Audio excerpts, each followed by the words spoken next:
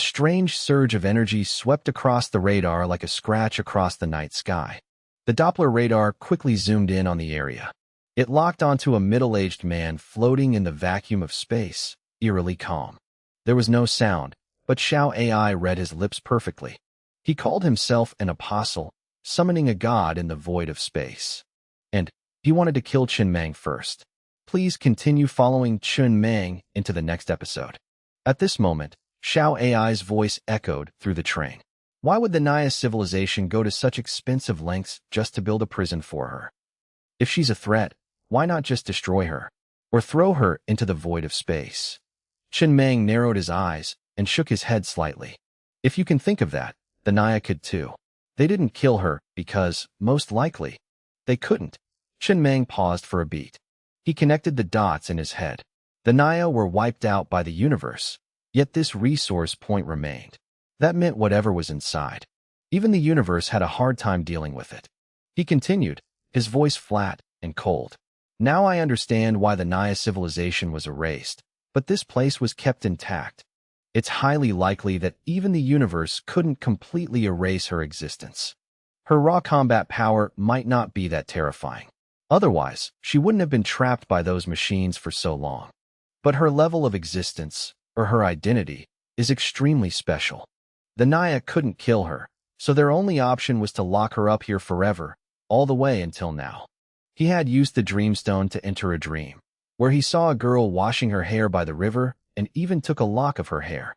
Of course, that person wasn't this girl, but their faces were eerily similar. A chill ran down Chen Mang's spine. It could be an unknown race, an existence similar to a star behemoth, bizarre and tyrannical. He didn't want to get too involved. In the next second, Chen Mang tossed out a tenth of the resources he had just gathered and placed them in Area 81. Instantly, over a dozen machines fired up at full capacity, suppressing the underground cavern once again. The girl, who had been laughing maniacally, suddenly froze, then screamed at the top of her lungs. The air underground was compressed so densely it almost became tangible, rippling with faint waves. Chen Mang let out a breath of relief and chuckled softly. He made a firm mental note. Keep it sealed. Don't get curious. He said it out loud. Dream on. You want out. This tenth of the resources was enough to keep the system running for another 100 years. More than enough. 100 years from now, even if she escaped, he wouldn't be afraid of her anymore. Looking at the seal, his scalp still tingled a bit. He knew that with the current strength and foundation of human civilization, he couldn't build a prison like this. He didn't know what that thing was, but if it was a structure the Naya had painstakingly built, it was definitely something terrifying. Keeping the seal intact was the safest bet. If he accidentally released some monster, he might not be the first to suffer, but the Naya star system almost certainly would be. And that was his territory. Losing a tenth of the resources was nothing. But if she ran rampant in the Naya star system, he'd regret it when it was too late. The price he'd pay then wouldn't just be this amount of resources.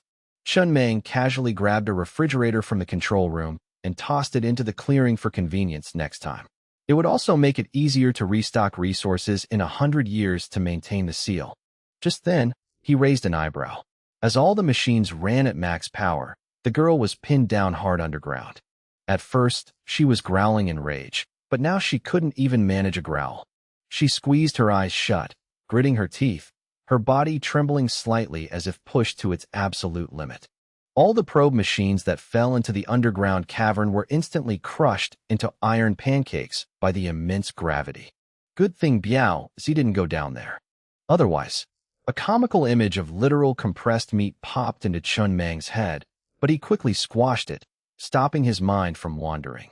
The images he received had no sound. They were pieced together and restored from multiple fragments, like a projection. The footage of the girl wasn't seamless either, broken up into chunks. Chen Mang didn't plan on sticking around. He saved a few pictures, preparing to head back and ask the mother queen of the Chiya race. After all, she was the eldest miss of a god-tier civilization. Maybe she had some clues. Soon, the planetary train returned to the race's mother planet. Chiya was called to the control room. She stared at the tablet screen and froze. It was as if she suddenly remembered something. She zoomed in on each frame, observing them so closely it took a while before she finally spoke, her voice uncertain. She has an incredibly tenacious life force, almost immortal. Shin Meng replied simply, yes. It stretches on almost infinitely. Right. Then, fear flashed in Chi Ya's eyes, her voice trembling slightly. Where did you guys get these pictures? Don't tell me. You saw her with your own eyes? Shin Meng said casually. Saw her with my own eyes. She was sleeping, so I snapped a few pics. Then you guys are incredibly lucky. Chi Ya closed her eyes, took a deep breath, and stayed silent for a long time before speaking. This is an unbelievable legend. Not many in the universe know about it. And even those who do, rarely dare to speak of it. My father told me about it when I was little. She stared straight at the screen, as if afraid of her own memories. There is a cosmic law in the universe. It maintains and operates this universe. It has no subjective will. It's like a level 100,000 AI, extremely high level, incredibly powerful at calculating, and handles everything perfectly. But it has no emotions, no self-awareness. It's only responsible for keeping the universe running. Chi Ya paused for a beat, then continued, her voice dropping lower. But rumor has it, a very, very long time ago, the will of the universe wasn't like it is now. It once developed its own emotions. It wanted to have a race of its own. The previous will of the universe screened the appearances of all races in the cosmos. In the end, it chose a form based on human females as the appearance for its race. It named that race the divine race. She swallowed hard as she reached this point. How strong was that race? The moment they were created, they were the strongest race in the universe. The only God-tier civilization. Every resource, every opportunity in the cosmos was funneled entirely to its own race by the will of the universe at the time, using all sorts of methods. The divine race back then was the most oppressive civilization in the history of the universe. All other civilizations combined couldn't defeat the divine race. That's when the title God-tier civilization gradually emerged. Chi Ya spoke slowly, as if recounting a forbidden tale. In the universe, every civilization has a standard for leveling up. Except for God-tier civilizations. Under the cosmic law, the God tier is actually still considered level 9. It's just a title agreed upon by the civilizations themselves. The agreed standard is achieving 1% of the power the divine race had back then. Shin Meng fell silent. An absurd image popped into his head. All the resources of the universe, funneled into a single race. How extravagant was that? So much that even using a fraction of it would be endless. He couldn't even imagine it, which only made the chill down his spine worse. Chi Ya continued, but the glory of the divine race only lasted exactly 100 years. After the 101st year, the universe seemingly realized that the law it created to maintain order had betrayed it. So the universe destroyed the old cosmic law and created a new one. No one was manipulating the universe. It was a natural reflex. Just like how white blood cells automatically react when the body gets awound. White blood cells don't take orders from your consciousness either. Chi Ya paused, then clarified, as if afraid of being misunderstood. The moment the new cosmic law was born, it immediately wiped out the divine race. But the divine race was a species created by the previous cosmic law, so they simply couldn't be killed, couldn't be erased, couldn't be tracked, and couldn't be detected. Therefore, the cosmic law could only shove almost the entire divine race into massive black holes to imprison them. Since then, there has been no trace of the divine race in the universe. Under the correction of the new cosmic law, everything returned to normal. The old order was restored. Except, at the time of the divine race's collapse, a few individuals somehow managed to escape their prisons. They wandered the universe, and every time they appeared, they brought catastrophic disasters. The surrounding civilizations had to sacrifice countless lives and resources just to suppress them. Shin Meng nodded, his eyes darkening in thought. He concluded one thing in his mind. So that thing locked up down there isn't something that can be killed, but something that can't be completely dealt with. He asked directly, according to what you said, if the divine race appears, the cosmic law should take action. Why ignore it? Chi Ya hesitated for a moment. I'm not sure why. Maybe the universe felt that the betrayal of the previous cosmic law left hidden dangers, or maybe there's another reason. Ever since that incident, the cosmic law has essentially gone into standby mode. Even when the divine race appears, it doesn't intervene. It's like it's asleep. It only fixes things when an error occurs. It's possible the universe downgraded the cosmic law's authority to prevent a similar incident from happening again. Lao Zhu, who was eavesdropping nearby, looked confused. That sounds unbelievable. You mean, the universe has no consciousness? Everything just spawns and resolves itself. And the universe can't even control those things? Chia tilted her head. Hard to believe? Just think about your own body and you'll understand. When cancer cells appear in the body, it automatically works to destroy the mutated cells. Many people who die from cancer don't actually die from the cancer itself. But because the body is too ruthless, the medicine is too strong, and it ends up killing the host in the process. Can you control it? Can you tell your body to go easy on the killing? Who set that set of rules in your body? It just exists naturally. The body is like that, and so is the universe. Chia continued, as if summarizing a concept. A set of rules is born naturally. A set of rules that both the body and the universe deem optimal for maintaining operation and order. No one controls that set of rules, and it has no master. Then she shifted to something that gave them goosebumps. Why did the cosmic law back then choose humans as the template for the divine race? And why do many high-level civilizations, regardless of their original forms, eventually deconstruct and recombine their bodies into human forms? Because the human form is the most perfect vessel in the universe. Not necessarily the strongest, not necessarily possessing special abilities. But it seems to harbor the will of heaven, mirroring the operational structure of the universe itself. Chia looked at Chun Meng, her voice dropping. If one day the universe encounters a massive error, the current cosmic law might very well, while trying to fix it, accidentally cause the entire universe to collapse. That kind of thing is very normal. That's the terrifying part about the divine race. Even God-tier civilizations have to be wary of them. That's why I said you guys are incredibly lucky to see the divine race with your own eyes and still make it back alive. Qin Meng replied softly, his voice cold. You're the lucky one. That divine race member was dug out of your race's resource vault. After Chia left, Qin Meng turned back to look at the girl's image on the tablet. He still felt a prickle at the back of his neck, as if something was staring back at him from the other side of the screen. Who would have thought that the thing locked up down there was the divine race? In terms of background, who in the entire universe ranked higher? But no matter how strong they used to be, they were now just remnants of a bygone era.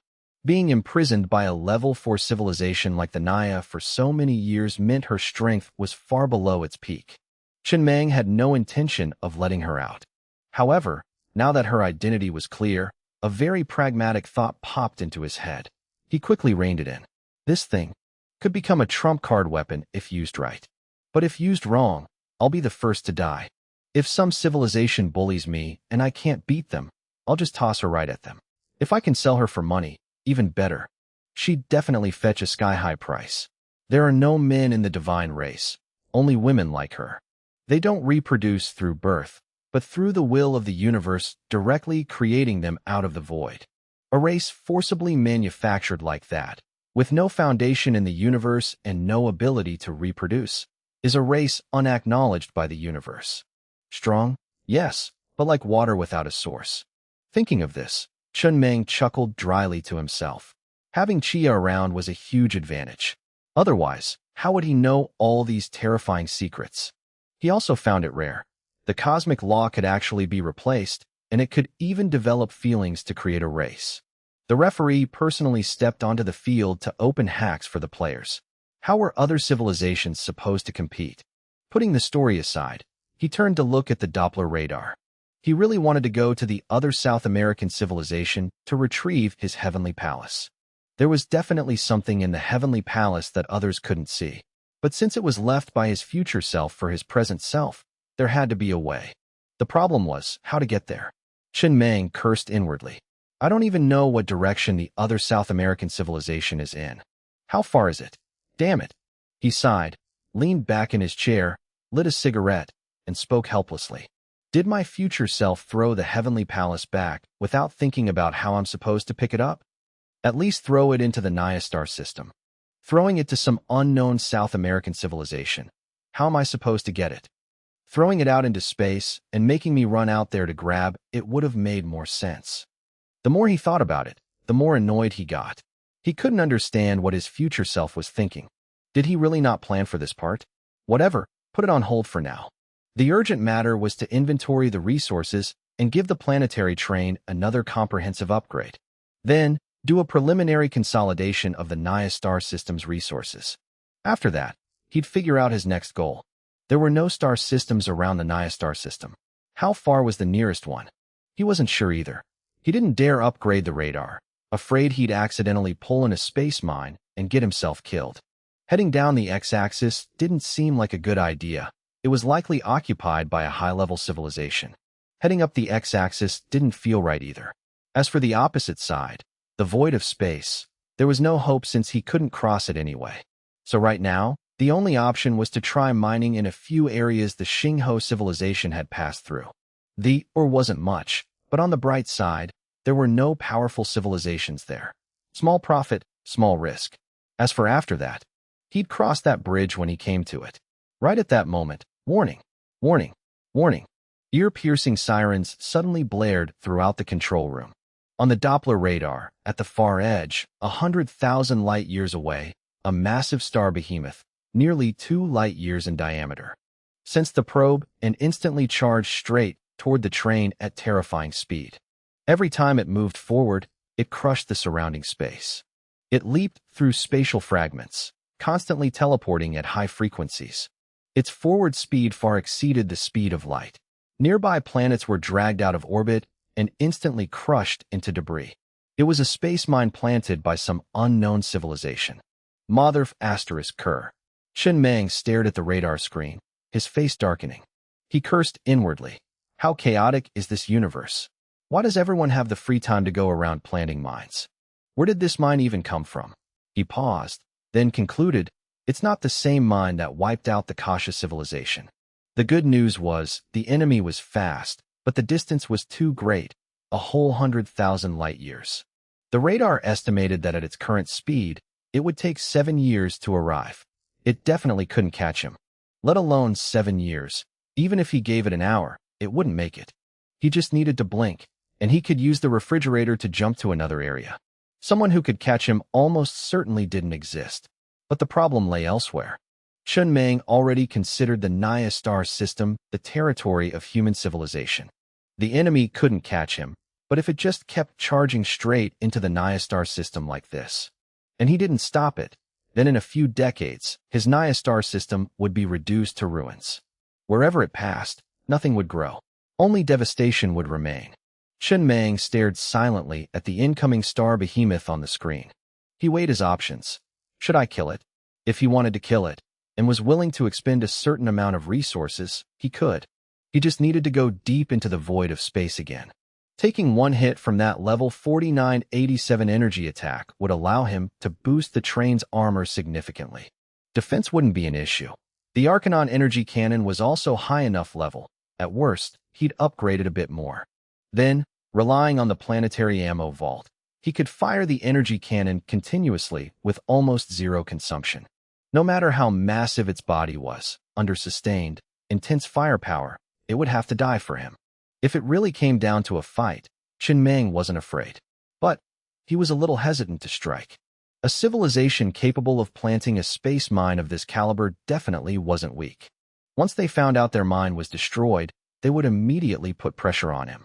And right now, he didn't have the strength to withstand pressure from a high-level civilization. He didn't want to bring disaster upon himself. After a long while, Chen Meng sighed, rubbed his temples, and lowered his head in silence. He realized something in his heart. Once a person has attachments, they naturally become hesitant. According to his original plan, he would leave as soon as he finished mining the Naya star system's resources. If a space mine blew up, it wouldn't be his problem. But ever since his first civilization wonder, the extinction bell, landed in the Naya star system, he had developed a strange attachment to this place. He couldn't bear to let it go. A moment later, he steered the train, using the refrigerator to jump to another refrigerator tens of thousands of light-years away. He intended to try luring the star behemoth off course, letting it destroy somewhere else instead of trampling his Naya star system. But clearly, the mind was pre-programmed. The star behemoth locked onto its target the moment it sensed the first probe. No matter where the train went, it kept charging straight toward the coordinates of the initial probe. Its goal was crystal clear, its actions decisive, with no intention of stopping. Chen Meng knew he couldn't lure it away. He silently lit a cigarette, then decided to head deep into the void of space. It seemed he had no choice but to use the level 4987 energy attack. He had to pull this mine. It was just that. He really wanted to save that trump card for a more critical moment. A level 4987 energy attack was like a divine elixir accumulated over countless eons, extremely rare and hard to come by. It required time to settle. You couldn't just dig it up on demand. This was the tragedy of a low-level civilization. You prepare a trump card, only to be forced to use it by someone else's basic attack. Just then, Xiao Lu, the star-devouring beast who usually slept in the control room, had somehow jumped onto the chair. It kept rubbing its head against his waist, then poked its head out to stare intently at the star behemoth on the radar. Its intention was clear. It wanted to vanguard. Chen Meng looked down at Xiao Lu, chuckled, and shook his head. This is adult business. Kids, stay out of it. Let me handle it. It's just a space mine. It's tough, but not impossible to deal with. He pointed at the screen, speaking bluntly. It's nearly 2 light years in diameter. You're only 0.1 light years. You're not in the same weight class. How are you supposed to win? Go to sleep. Xiao Lu seemed to understand and jumped even more frantically. Its mouth opened and closed repeatedly, its tongue darting out, looking comical. It didn't have hands, but Chen Meng still read its meaning. It wanted to prove something. He suddenly understood. You mean? He pointed at its mouth. Half doubting, he asked, your mouth got bigger? It seemed he guessed right this time. Xiao Lu nodded repeatedly, a gleam of pride in its eyes. Chen Meng paused, hesitating. Last time, when the train's armor reached level 500, Xiao Lu also reached level 300, and then stopped growing. The basic limit for a star-devouring beast was 300. Breaking past that was very difficult. The behemoth carriages were no longer enough to feed it the old way. Could a level 300 Xiao Lu fight a star behemoth? Based on what it had shown before, the odds of winning weren't high. But since it hit 300, he hadn't really tested it again. Who knows, maybe after hitting 300, its power skyrocketed. Still, he felt a chill. Level 300 meant its defensive energy level was only around there. Even if it increased, how much could it increase? With level 300 defense, it would be crushed the moment it got close. How is that any different from suicide? Even with his level 500 train armor, he didn't dare get close. Wherever that star behemoth went, space shattered, yet it remained completely unharmed. That detail alone spoke volumes about how high its defense was. A true overlord of the universe. But Chen Meng saw the confidence and eagerness in Xiao Lu's eyes. He stayed silent for a few seconds, then nodded, as if taking responsibility. I'll let you try once. No sooner said than done. Chen Meng immediately steered the planetary train away from the planet, then used the refrigerator to jump back to Star System 27 in the Kasha Civilization Federation. Then he went through a wormhole to the Mechanical Civilization ruins. The direction of the star behemoth's invasion was exactly the Mechanical Civilization ruins area, which hadn't suffered any casualties yet. He planned to bring Xiao Lu there to test it out. It was quite a distance. Even with wormhole assistance, the entire journey would take 7 days, crossing multiple wormholes, and the distance between them wasn't short either.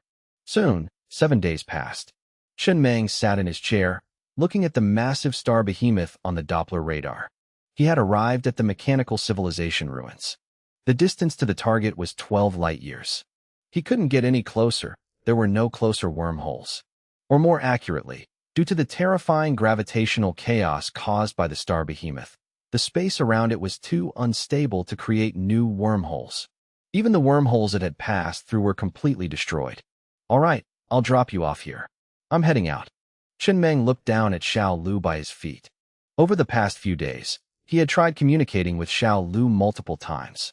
They didn't share a language, and Xiao Lu couldn't speak, but he still got the gist of it. After evolving, Xiao Lu had a special attack specifically meant for dealing with star behemoths. That was the general idea. Xiao Lu nodded, then turned to look at the star-treading sword tiger next to it, gesturing repeatedly, forcing it to look at the radar. Chen Meng chuckled softly, feeling a bit less tense.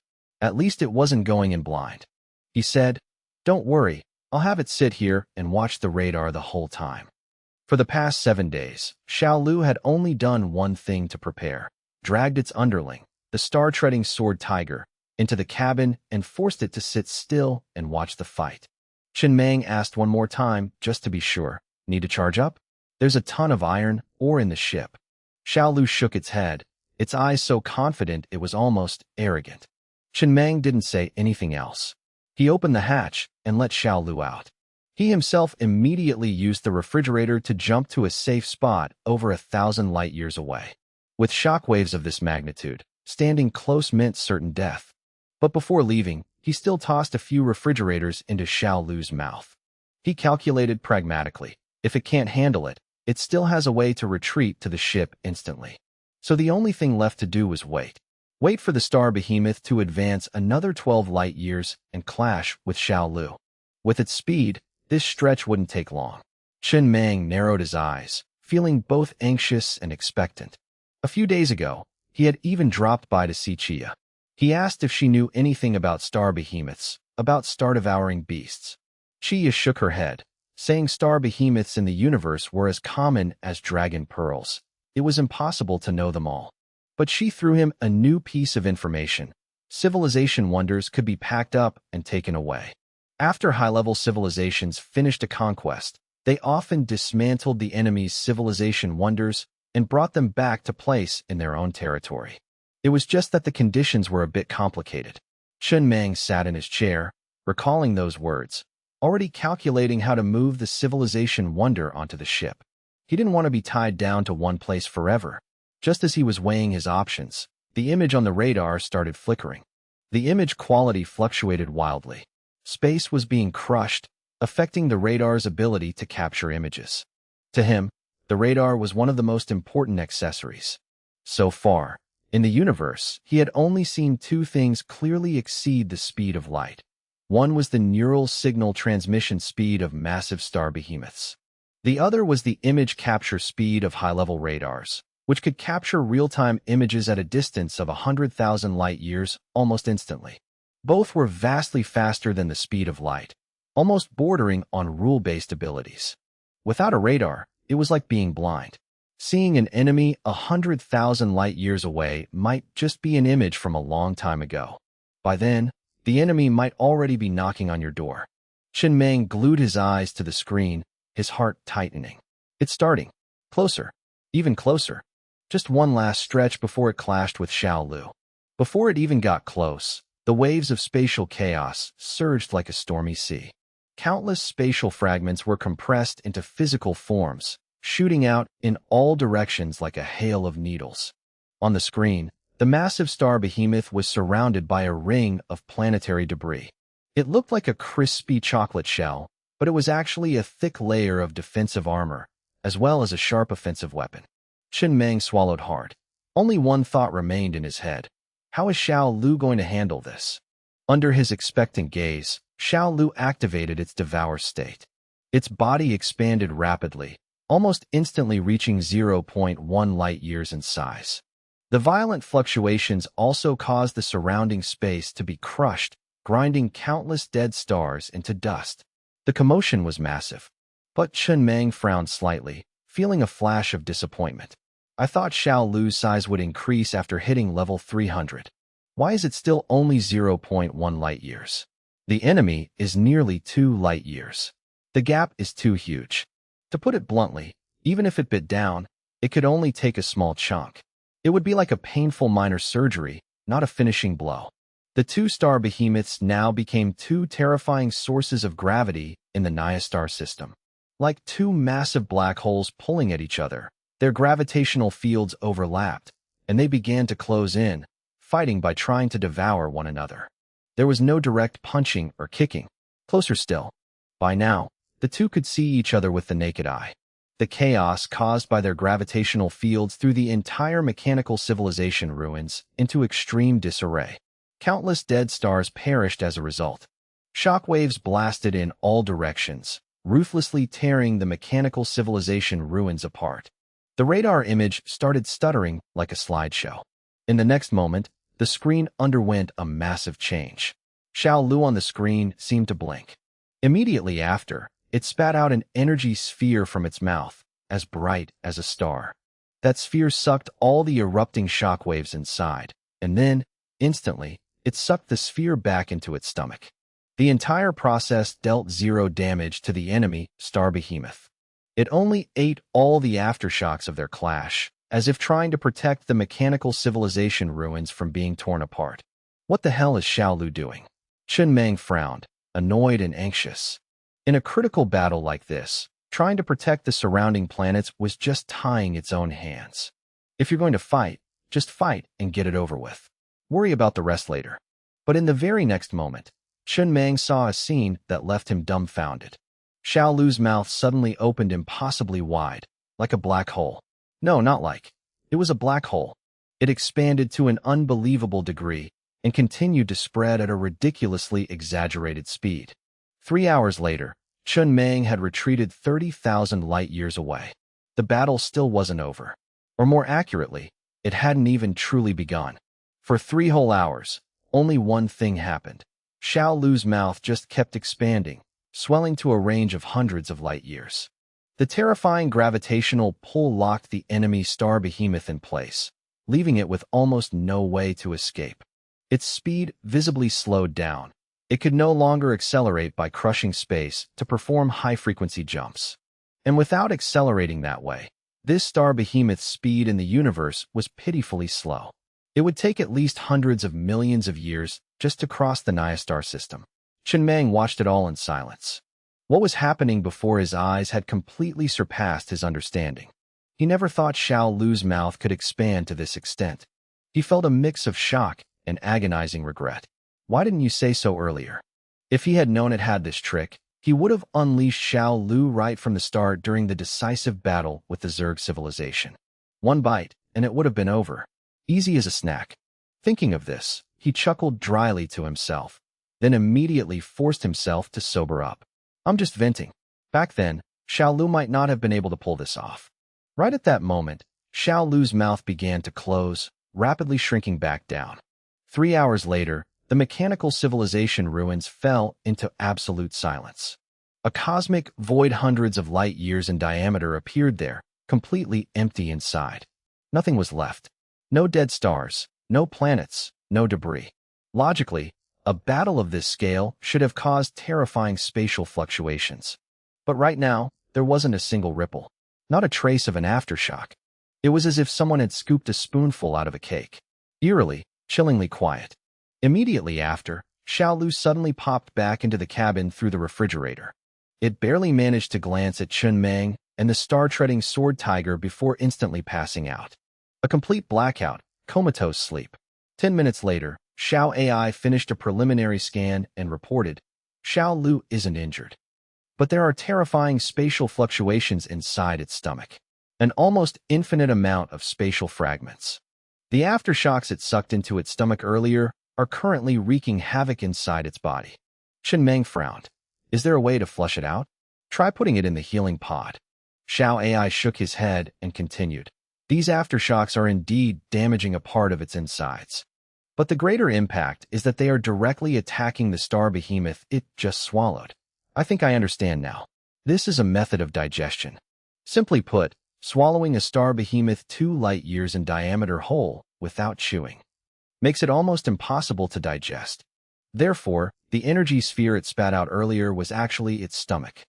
Inside is a massive pocket world. It sucked all the spatial fragments and shock waves into that stomach to store them. To use as gastric acid.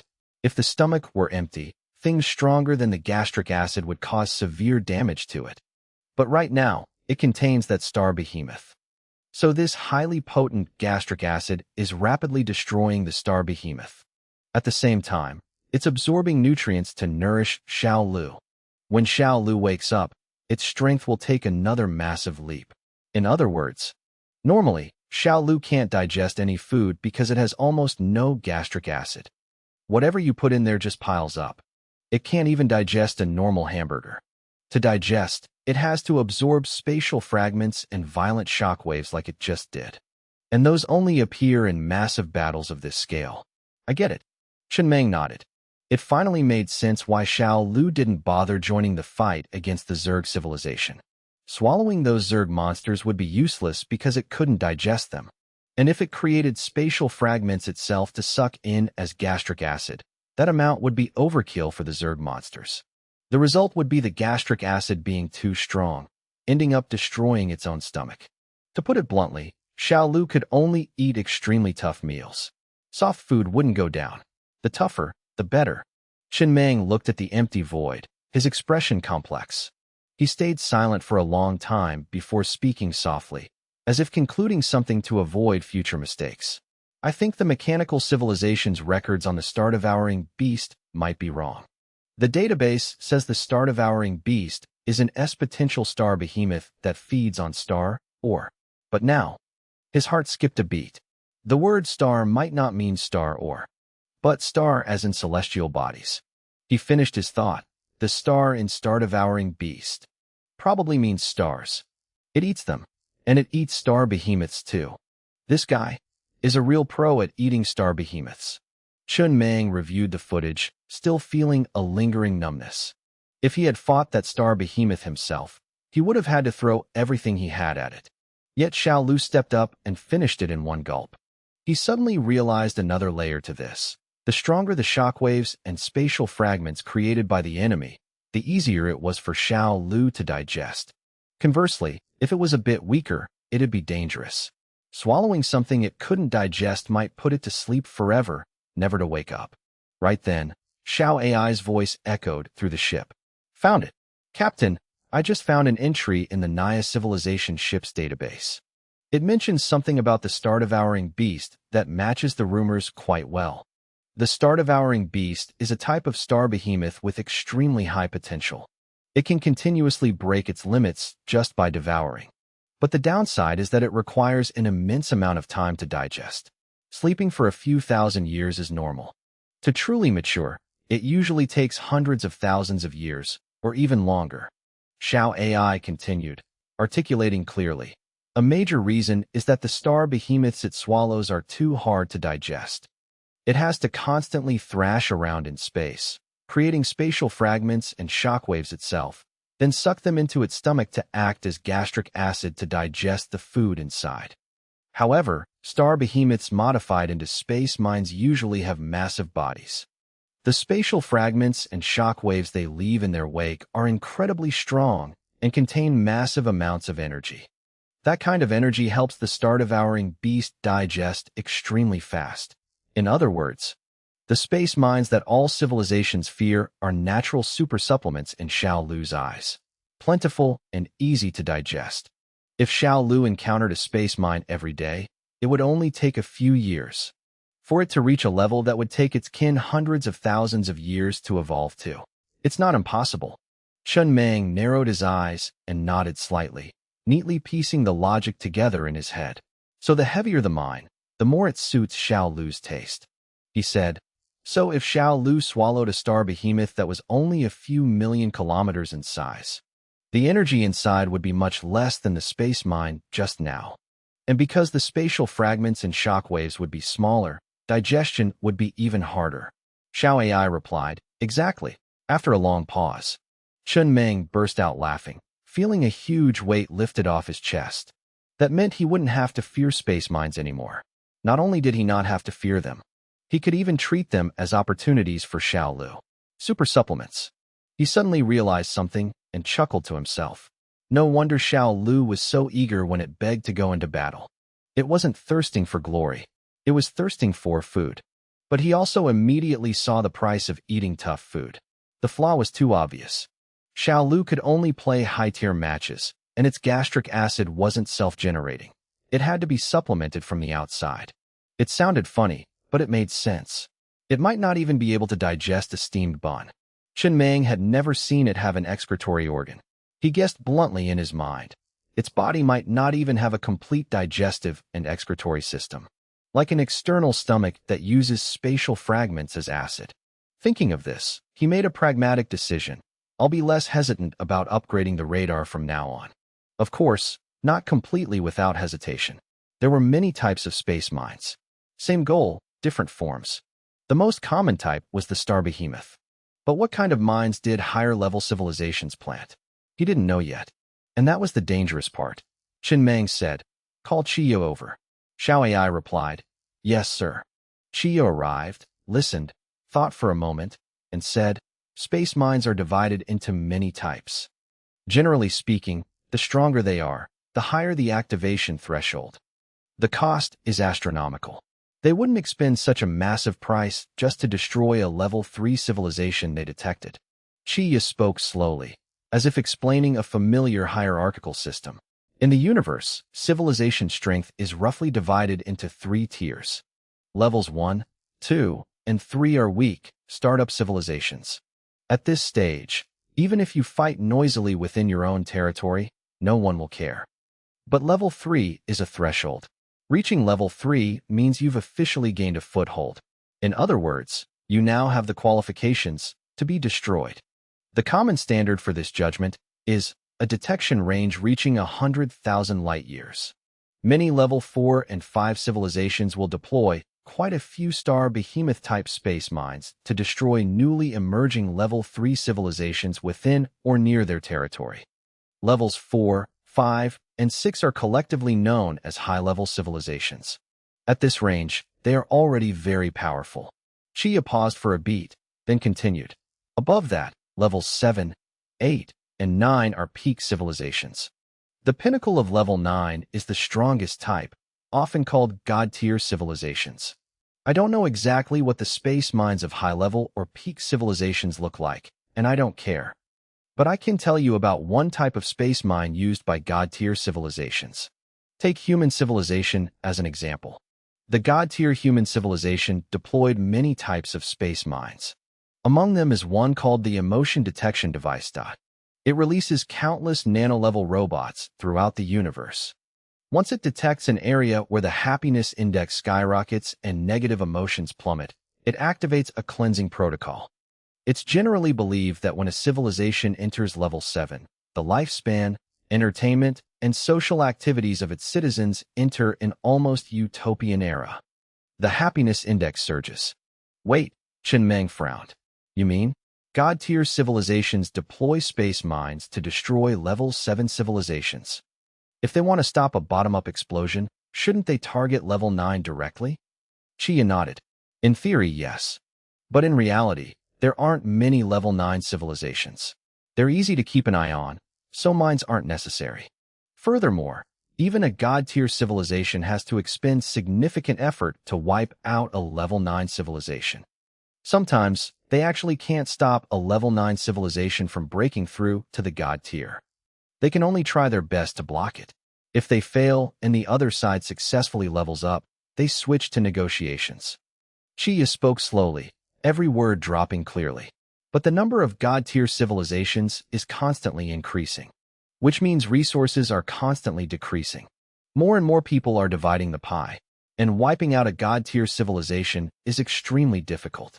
God-tier civilizations are also very unlikely to go extinct on their own.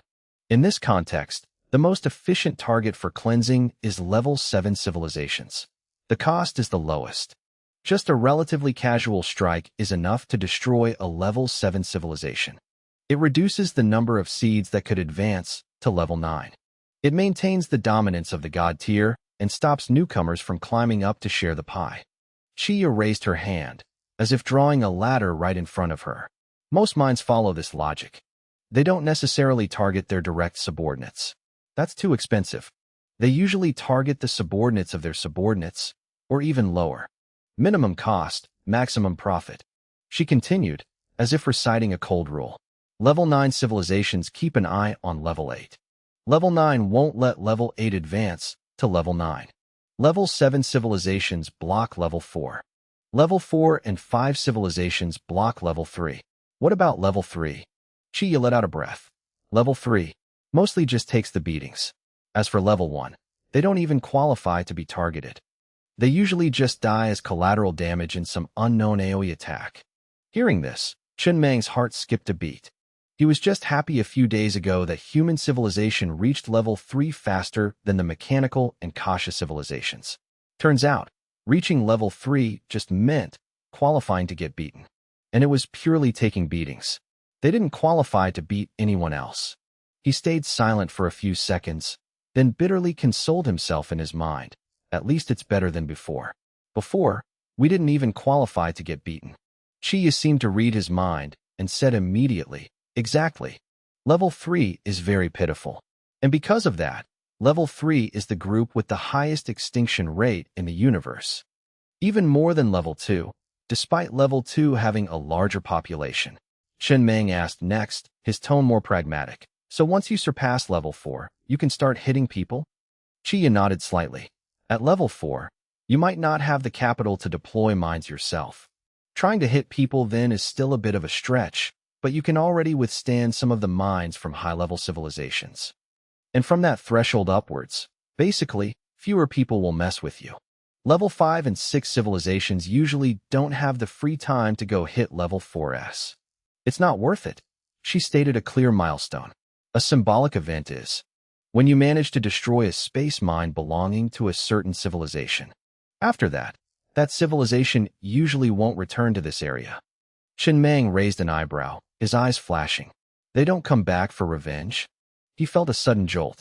He had just destroyed a space mine from an unknown civilization, and he was even planning to grab his wonder and run. Hearing this, he was both surprised and skeptical. They really don't come? Chiya replied, 99% of the time, no. Of course, there are always stubborn ones. She explained bluntly, space mines exist to trade the smallest resource loss for long-term stability. When a civilization destroys your mine, it means they aren't weak. If you send a massive army to wipe them out, it'll cost a ton of resources.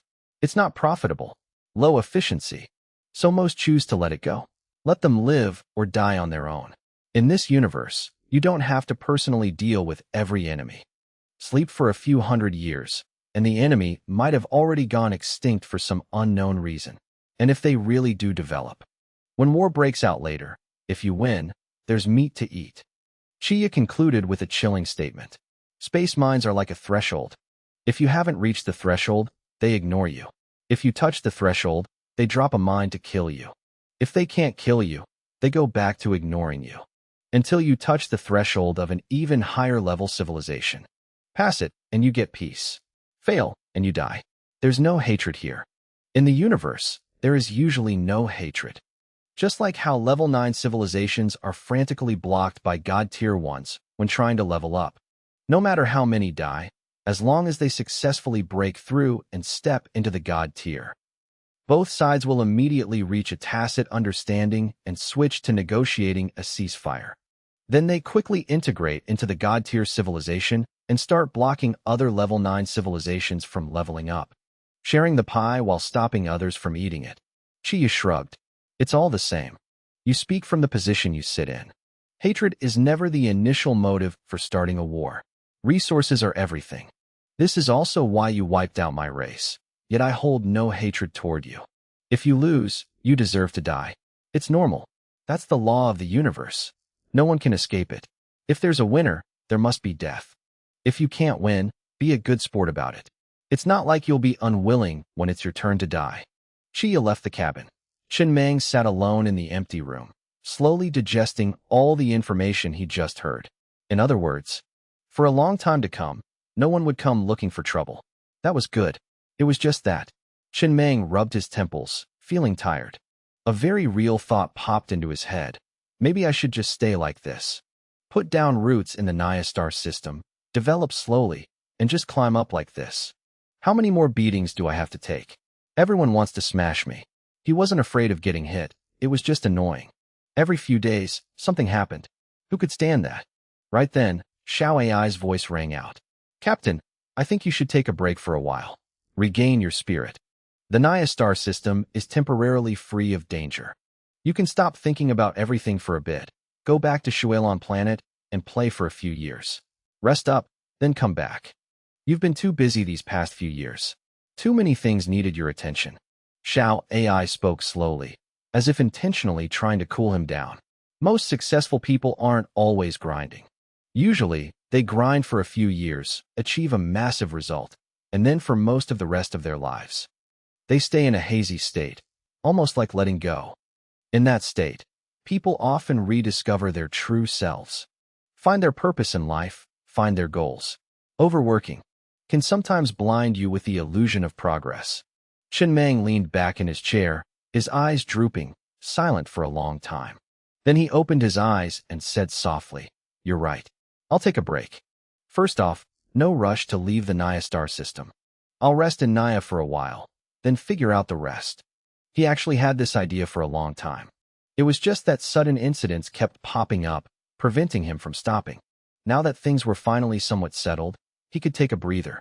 Unless the civilization behind the star behemoth he just dealt with was exactly the stubborn type Chia mentioned. If not, then probably no one would come looking for trouble. He'd use this time to take in all the civilizations in the Kasha Federation that wanted to submit. Bring them all onto the ship, make them all his people. Chen Meng sat still, but something was bubbling up inside him. Throughout life, a low point is sometimes the beginning of clarity. Don't fear the abyss. It might be the start of a counterattack. Actively seeking the abyss is sometimes the only way to break through the ceiling. The days when you're completely broke are sometimes the only times you dare to risk it all. The more desperate you are, the easier it is to unlock your potential. A nobody and a world-renowned legend are sometimes separated by just a thin line. Chen Meng was always a man of action. When he realized he was tired, when the future in his mind started turning into a thick, impassable wall, he decisively left the planetary train. He returned to Shuelon planet and began his vacation. This time, his entourage was different from usual. Usually, when he went out, Lao Zhu and Biao Zi would bring a whole crowd, loud and bustling. This time, it was much more compact. Only Yin Yao, Goei Chu Chu, and a few fairies sent over from Xuanwu planet accompanied him. A small group. On the streets of a city on Shuelon planet, Chen Meng stood there, eating ice cream, watching the busy passers-by, smiling in satisfaction. He felt much more relaxed. He wore a human skin mask. Not wearing one would be too conspicuous, and since he was on vacation, he had to keep a low profile, otherwise it'd defeat the purpose. There was nothing on the ship that required his immediate attention anyway. The ship was only busy during accelerated development. During a pause like now, most things ran on standard protocols. Under Xiao AI's control, both the ship and the planet were developing steadily and quickly, without needing him to micromanage. Development was important, but he also reminded himself, humans need rest, they aren't machines. It was just that. He had tried his best to keep a low profile, yet everyone who walked by kept looking at him. They looked so much that he couldn't help but pull out a mirror to check. Was the mask crooked? Was it peeling? He asked, "Why is everyone looking at me?" Guei Chu Chu, holding his left arm, licked her ice cream, blinked, and shook her head. "I don't know." Yin Yao, holding his right arm, fanned herself to create a little breeze, also smiling and shaking her head. "I'm not sure either, Lord Meng." The fairies behind them were chattering like birds, talking as they walked. Occasionally, one would use a fork to spear a piece of fruit and feed it directly to Lord Meng. Chen Meng thought seriously for a moment, then nodded as if he had just realized a profound truth. "It must be because my aura is too outstanding. Hard to hide." Then he continued walking, surrounded by fairies, unable to hold back a loud laugh. Chen Meng obviously knew what was going on. It was just that kind of envious, jealous, yet confused gaze. Was pretty fun to watch. He even thought to himself, if some rich kid jumped out right now to pick a fight so I could slap him a few times, it'd be perfect. But unfortunately, he walked around for 3 hours, and no one stepped up to mock him. The script was off today. Oh well, he'd change the script next time. He hadn't planned any sightseeing or visiting famous landmarks. He just wandered aimlessly, buying whatever he liked. The goal was just to relax his mind, without attaching any objectives to it. Late at night, it was time to play something else. Chen Meng led everyone to the palace Daba had built for him. This was his first time staying there since it was finished. The furniture was all set up, all brand new. clean as if just wiped down. Clearly, someone cleaned it every day. There wasn't a single speck of dust. He glanced at the massive bed in the master bedroom, the corner of his mouth twitching up slightly. Not bad. Then he turned to Daba and asked casually, "That heavenly palace blueprint you showed me last time, how's the progress?" Daba immediately reported, "We've made progress. Just need a little more time." The smile on Chen Meng's face froze for a second. He was just asking casually, yet there was actually progress? Was the heavenly palace that easy to build? He thought it would take at least a few thousand years. Hearing this, let alone 100 years, maybe a few decades would be enough. Did I underestimate the speed of the dwarven civilization? He was about to ask more, but he suddenly remembered he was on vacation, so he swallowed his next question. Work could wait. That night, Chen Meng let loose several times, feeling much lighter. Life could be summed up in one word: awesome. But a break is a break. He still hadn't forgotten his appointment. After a night of hard work, he returned to the planetary train. Today was the day he arranged to meet and chat with his internet friend, Little Fatty. Only this time, he sat waiting in the cabin for a very long time. In the dream, the cyber miner also waited a long time, but Little Fatty never showed up. Not coming. It was fully morning, yet he still cared. Chen Meng looked at the control panel, starting to feel a bit uneasy. Did something happen on his end? But thinking about it carefully, he found it hard to believe. From the sound of it, Little Fatty's dad was both powerful and doted on his son. With his son running off to a dangerous area to mine, there was no way he wouldn't plant secret bodyguards. Little Fatty always said his dad was just in business. But what kind of legitimate business could get their hands on core information known only to the inner circle of a civilization and get it so fast? The moment there was a clue about the heavenly palace, his side got the news immediately. That kind of reach wasn't small. If he was just a normal merchant, how could he touch this level of information? Even if he was worried, the distance was too great. Worrying wouldn't change anything. Maybe he really just overslept, or went out to buy medicine. He remembered Little Fatty confiding in him that he went soft whenever he met women, kind of afraid of real people, because he failed his first time due to nerves, and the rumor spread everywhere. Since then, he avoided it entirely and just handled it himself, asking him for advice on how to fix it. He had suggested eating more red corn nut, but the other side didn't know what that was, and he couldn't send it over, so he just told him to go buy some strong targeted medicine. If he suddenly made up his mind to go buy medicine today, it wouldn't be weird. Thinking of this, Chen Meng put it aside. He'd try contacting him again tomorrow. It couldn't be that the South American civilization was having a crisis, right? If that were true, it wouldn't just be Little Fatty's problem anymore. Shuelon Planet, after a few years of development, the old cities had been almost completely rebuilt, and the standard of living had improved. Because of that, there were still many things worth seeing. The next morning, Chen Meng stepped out onto the street, looked up at the billboard on a nearby high-rise, and raised an eyebrow. This is pretty interesting. The ad roughly read, the first fully open-world virtual reality online game. Multiplayer interaction. Exploration via holographic VR technology. Enter to play purely for exploration and entertainment, or become a lifestyle player to craft items. Or play as a lord to build your territory, or be a lone wolf roaming the lands, stepping in when you see injustice. Complete leveling system, excellent class balance, tons of random encounters and development paths so everyone can create a unique version of themselves. Pre-orders open now. Extremely hot launch. If it was exactly as advertised, playing around would be a nice change of pace. VR Pod, 399,000 star coins. Better experience, provides a perfect, realistic second world sensation. VR Helmet, 9,900 star coins. Great item, affordable price. VR Pill, 9.9 star coins. Swallow it to automatically enter the game via hallucination. The only downside is that every entry is as a guest. You cannot officially become a player. Virtual reality online game. Chen Meng looked at the ad on the high-rise screen, saying nothing, just feeling a bit nostalgic. In his previous world, his biggest wish was for a VR online game to officially launch. Just being able to see it with his own eyes before he died of old age would make his life worth it. It was just that, maybe because he wished for it so hard, he ended up witnessing it in such a bizarre way. The people on Shuelon Planet really had it good. He heard this game was built based on the virtual combat training space and Xiao AI. It could support a massive number of players logging in at once. There was even a captain identity inside. Like the captain class, it was an insanely pay-to-win class. Normal people couldn't even play it. You had to top up a massive amount just to keep up. He found it fitting. After all, in real life, that position was already an absolute money-burning tier. If I have a kid in the future, they'll probably be unbelievably happy getting to play this from a young age. Chen Meng shook his head, chuckled, and continued walking forward. If he really had a kid, that child could only be described with the word happy. Of course, that was based on the premise that the civilization continued to develop well. Otherwise, it would be a tragedy. A full 6 months. Chen Meng stayed on Shuilon Planet and Xuanwu Planet for exactly 6 months.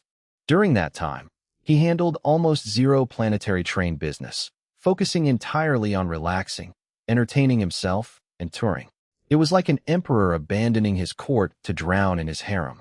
After a 6-month break like that, the tension of constantly being chased by time faded significantly. His whole body felt much lighter. And so, he appeared in the control room of the planetary train once again. Long time no see, Captain. Looks like you had a lot of fun these past 6 months. Xiao AI's voice rang out in the cabin. It was all right.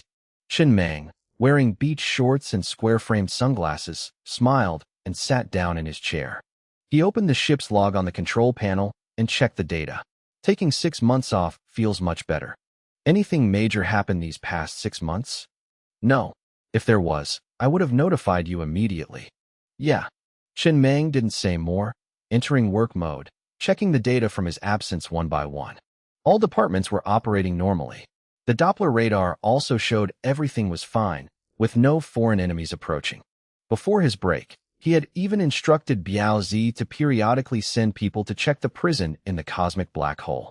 Everything was fine there too. The divine race member imprisoned there showed no signs of escaping. The whole world seemed to have been frozen in place, frozen at the exact moment before his break. The past 6 months and yesterday felt no different. Chen Meng's expression gradually turned weird. Xiao AI, you probably know a theory that says the universe exists because someone is observing it. Or in other words, the purpose of the universe's existence is to be observed. If all living things die and no one is left to observe the universe will destroy itself. Like the famous double-slit experiment. Whether there's an observer or not, the results are completely different. He paused for a beat, then asked, his tone half joking, half serious, tell me, could it be that I'm the main character of this universe? Does this universe exist for me? The moment I start working, all sorts of things happen. The moment I take a break, everything pauses, waiting for me to go back to work before happening again. Xiao AI replied helplessly. Captain, in the universe, 6 months is an extremely short period of time, almost negligible. Normally, it's very common for nothing to happen in 6 months. The barrage of incidents you encountered before your break was what was abnormal. Under normal circumstances, it shouldn't be that frequent. If nothing unexpected happens, the next 6 months will also. Xiao AI suddenly fell silent. After a pause, his voice rang out again, but laced with a baffling confusion. Captain, the cyber miner said he met Little Fatty. Something happened to Little Fatty. It's urgent. He wants to see you immediately.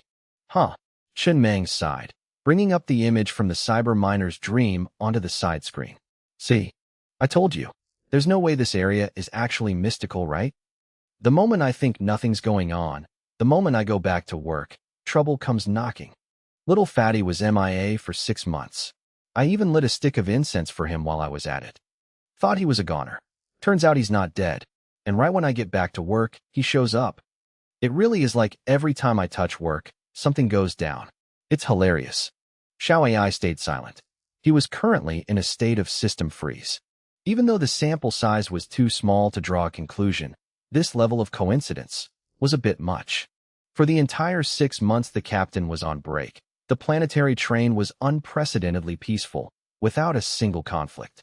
The moment the captain returned, an unexpected incident arrived immediately.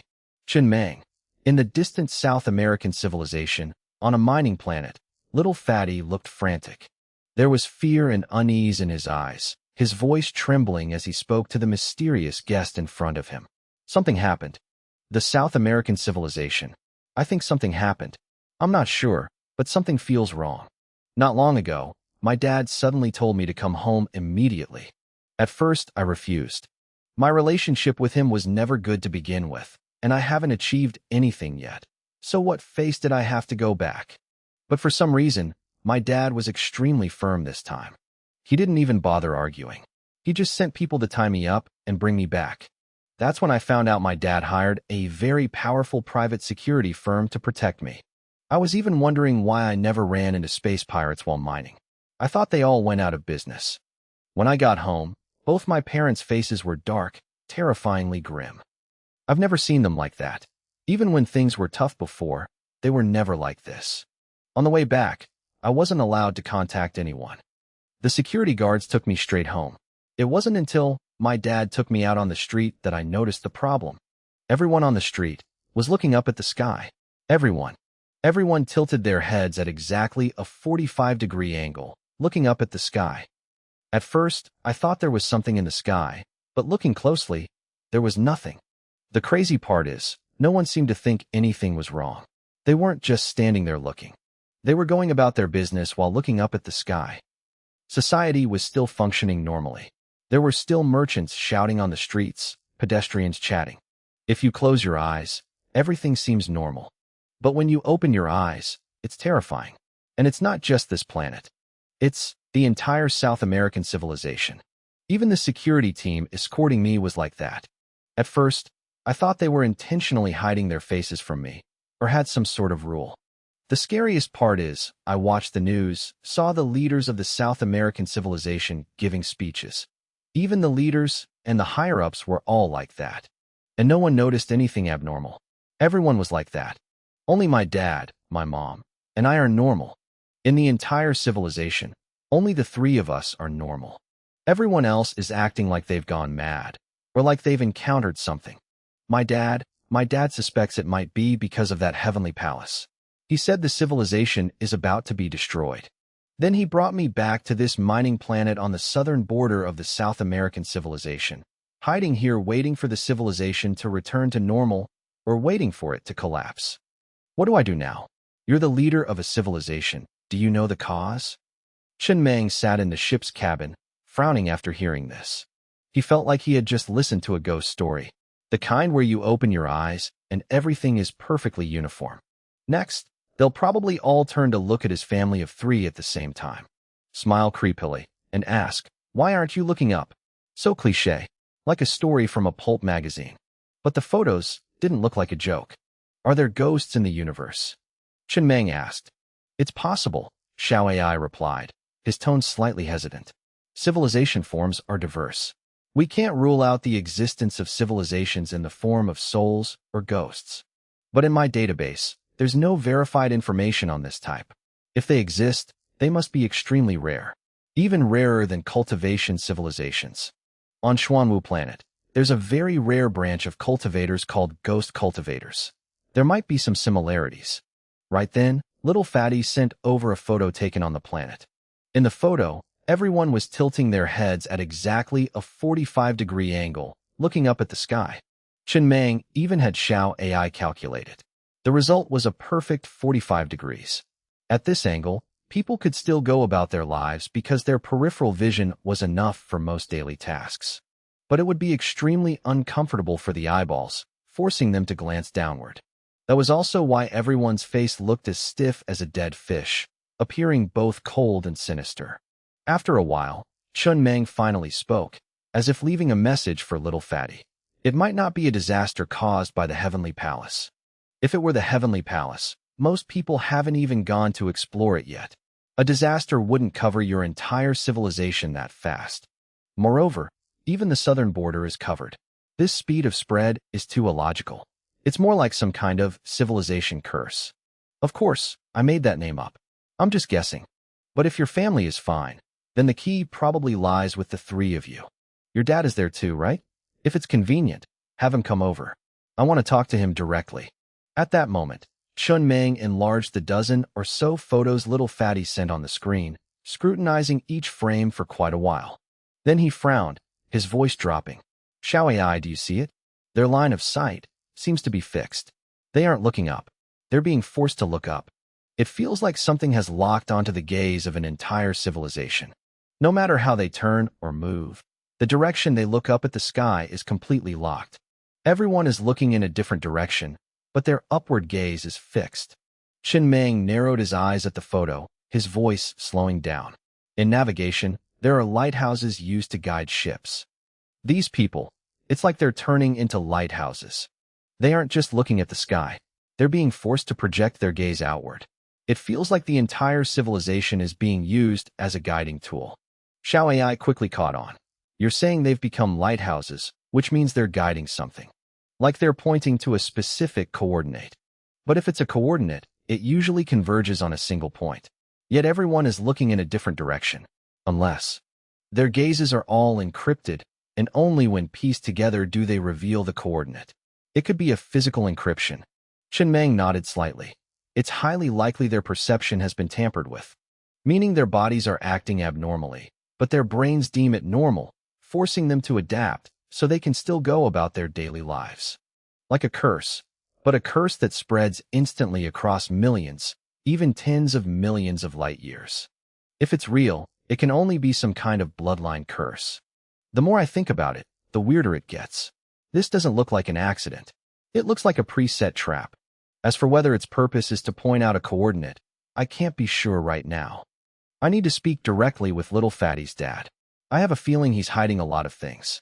Soon, the screen displayed an unfamiliar middle-aged man. He stepped forward, his voice harsh the moment he opened his mouth. You're the mysterious guest my son mentioned? I heard you're also the leader of a civilization. You're a leader, yet you keep clinging to my son, digging into all the internal information of our civilization. Do you know what kind of disaster my son will face if this gets out? He's just being used by you. Do you think I'm that naive too? Qin Meng leaned back in his chair, not blinking. This old man was going straight for the throat. Tough. But the tougher he acts, the more suspicious it is. He replied, his voice appropriately cold. The disaster you've brought upon your son isn't exactly small either. The man froze. What did you say? Qin Meng continued. You gave him a life free of financial worries, and conveniently gifted him a Nanmei civilization where the entire society simultaneously looks up at the sky. The man frowned deeply. What do you mean? Qin Meng looked straight at him. You don't get it? You know better than I do where this came from. Your son is naive. Do you think I am too? The man stayed silent for a long time before speaking hoarsely. What do you know? Qin Meng kept it brief. Enough. Immediately after, the man received a blueprint. His pupils shrank, a flash of terror in his eyes. That blueprint was clearly the design of the nameless heavenly palace, complete with interior layouts. This was something an outsider absolutely could not possess. Something even the government hadn't figured out, yet was sitting right in the hands of the other party. It was terrifyingly clear. The sheer amount of hidden information in that blueprint was enough to get someone killed. The man's body began to tremble violently. Finally, veins bulging, he crushed the blueprint in his hand. Then he roared, completely breaking down. Do you think I wanted things to turn out like this? I just wanted my wife and kid to have a good life. Was I wrong? Where did I go wrong? As a man, shouldn't I make sure my family lives well? I've always kept my head down. I never did anything illegal. Until that heavenly palace suddenly appeared in the sky above my house. From that moment on, everything changed. The whole civilization turned into this. Yes, I know there's no such thing as a free lunch. Every gift from fate comes with a price. But I never expected the price to be this massive. I just wanted them to have a slightly better life. I didn't want to destroy the Nanmei civilization. What am I supposed to do? What the hell am I supposed to do? Who are you? Why do you have the blueprint of the heavenly palace? The man collapsed to his knees, sobbing uncontrollably. His initial composure was completely shattered by a single piece of paper. No one knew just how much pressure he had been under all this time. Everything started after the heavenly palace appeared. He knew he had personally dragged the entire Nanmei civilization into the abyss. That guilt was enough to crush a person's spirit. But if he had to do it all over again, he might still make the same choice. When people are starving, they don't look far ahead to the end of their civilization. They only think about whether they can survive today. Chinmeng looked at the display on the screen, his expression a bit weird. I just threw out a single bait, and he spilled everything on his own. I thought he'd be a tough nut to crack, but he was already on the verge of breaking. The whole civilization is like this, yet only 3 people are normal. If those 3 didn't have secrets, it'd be a real ghost story. He had a feeling. He had just touched upon a massive secret. Chinmeng leaned forward, his voice turning decisive. Start from the beginning. Tell me everything you know. Right now, the only one who can save your civilization is me. If you don't want the Nanmei civilization to be wiped out. He paused for a beat, then continued, his voice like driving nails. I'll be blunt. Your civilization has been hit by the lighthouse curse. Do you know about cosmic landmines? That heavenly palace is exactly that. As long as a civilization steps in to explore it, the curse will spread.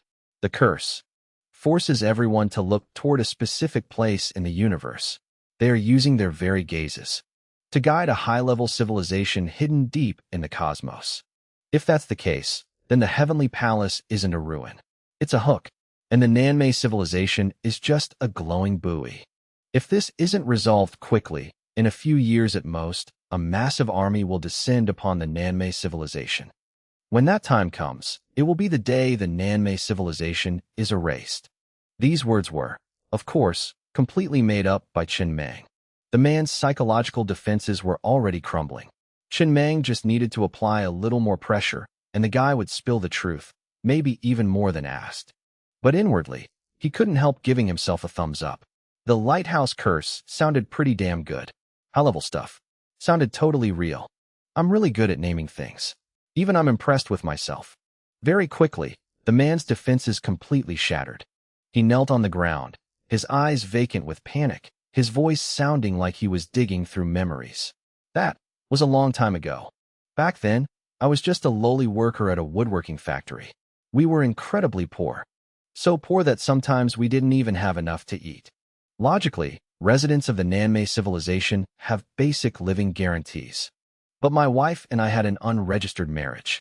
We didn't have household registration, so we didn't get the basic guarantee. Life was miserable. Until one day, I found a writing desk in the trash. I was ecstatic. It was old, sure, but still usable. I just needed to take it home and clean it up, and I'd have a desk of my own. One more piece of furniture for my imaginary home office. I was just a laborer, not an educated man. I had no real use for a writing desk.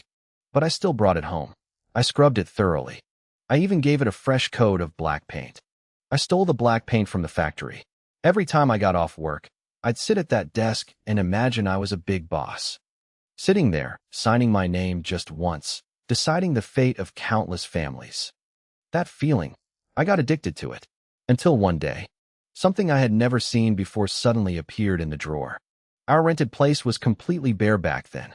I knew exactly what we owned. I was absolutely sure that thing couldn't have been in our house. I saw a telescope. I searched the cosmic net for a long time before I found out. It was a white-grade telescope, a Huasha-type accessory. And it had been upgraded to level 10. To enhance it to that level, it would cost 8 Murphy stones, plus a ton of resources. Its value was equal to 3 years of my salary. I still remember how I felt at that moment. I was panting, my heart pounding like it was going to explode. I only had one thought in my head: sell it. Get rich overnight. I could buy my family a full meal with meat. I could buy new clothes. I could get my pregnant wife a private hospital room, get her better nurses. One telescope could lift my whole family out of poverty. But I didn't dare sell it. I didn't understand why it appeared in my desk drawer. I also didn't dare touch the accessory market. I was terrified the owner would come looking for it. Until not long after, I found another item had suddenly appeared in the drawer. A porcelain statue. I figured this one should be fine. I took it to the flea market in the city to sell. Soon, someone with a very sharp eye spotted it and excitedly asked for the price. I tried to keep a straight face. I held up one hand, spreading 5 fingers. I had already decided in my heart, if he bargained, I'd sell it anyway. But he asked me, "Is it 500,000? My body stiffened, but I instinctively nodded. He was thrilled. No haggling. He threw down a spatial pouch and a business card. Then he left excitedly, telling me to contact him immediately if I got more goods like this. And so, I walked home in a daze, clutching 500,000. And I got the first spatial pouch of my life. That was 10 years of my salary. I could work myself to the bone my whole life and never see that much money. From that day on, I completely changed. My family had new clothes. We had meat with our meals. My wife got a private room and better nurses. In the hospital, the other expectant mothers looked at my wife with envy. They said her husband was willing to spend money on her, that he loved her. I deliberately clipped the spatial pouch to the most visible spot on my belt. Wearing my new clothes, I stood next to my wife and just smiled, saying nothing. In that moment, I felt my back, which had been hunched my whole life, suddenly straighten up. After that, the writing desk would occasionally spit out a few things. The buyer and I formed a cooperative relationship. My money kept growing. I started my own company. But as time went on, more people started suspecting my supply channels. Then someone pointed out that the goods I was selling were all cosmic contraband. With no other choice, I was forced to set up my own supply chain. I started buying a wide variety of rare items on a large scale. My profits were split, but at least I had a legal channel I could explain. Even so, my profit margins were still dozens of times higher than anyone else's. Because my most profitable items cost me absolutely nothing. I didn't have to spend a dime on them. Speaking up to this point, his voice trembled and choked up. It was the sound of someone who knew they had touched something they shouldn't have, but had already gone too far. No competitor could match me. What they had, I had. If they sold it for 500,000, I'd sell it even if I had to take a 300,000 loss. Appraisals, auctions. I never lost. Gradually, everyone knew. The things I sold, others definitely didn't have. And the things others had, my prices were definitely cheaper. Of course, walking this path meant assassination attempts were unavoidable. I was stealing too many people's pie. Everyone wanted me dead. But every year, I poured a massive fortune into hiring private security firms. I was also the biggest taxpayer and employer in the local area. I even pumped money into the officials. The officials on my planet lived the most luxurious lives in the entire Nanmei civilization outside of the political capital planet. From the bureau chief down to the interns, everyone received generous gifts during the holidays. On that planet, everything I did went smoothly. No one could stop me, and no one dared to. Countless people wanted to take me down. A government position on that planet was the most fiercely contested job. Every time a few spots opened up, people from all the other planets in the Nanmei civilization would flock there to take the exam. It was packed. Everyone knew that as long as they worked there for 10 years, they'd be set for life. I admit that writing desk changed my fate. But the price I paid, the suffering I endured. Did anyone ever say a word to me about that? Until one day, as usual, the desk sent a new item. I opened the drawer. It was empty. I thought it was finally done sending things. But the moment I pushed open the window, I saw the massive heavenly palace floating in the sky above the planet. I knew. That was the new item this time. It was just too big to fit in the drawer. From then on, everything started to change. Then, a bronze key appeared in the drawer. Logic told me I had been dragged into an earth-shattering conspiracy. I was scared. I used to think that when fate gave me enough gifts, I'd be calm when it came time to collect the toll.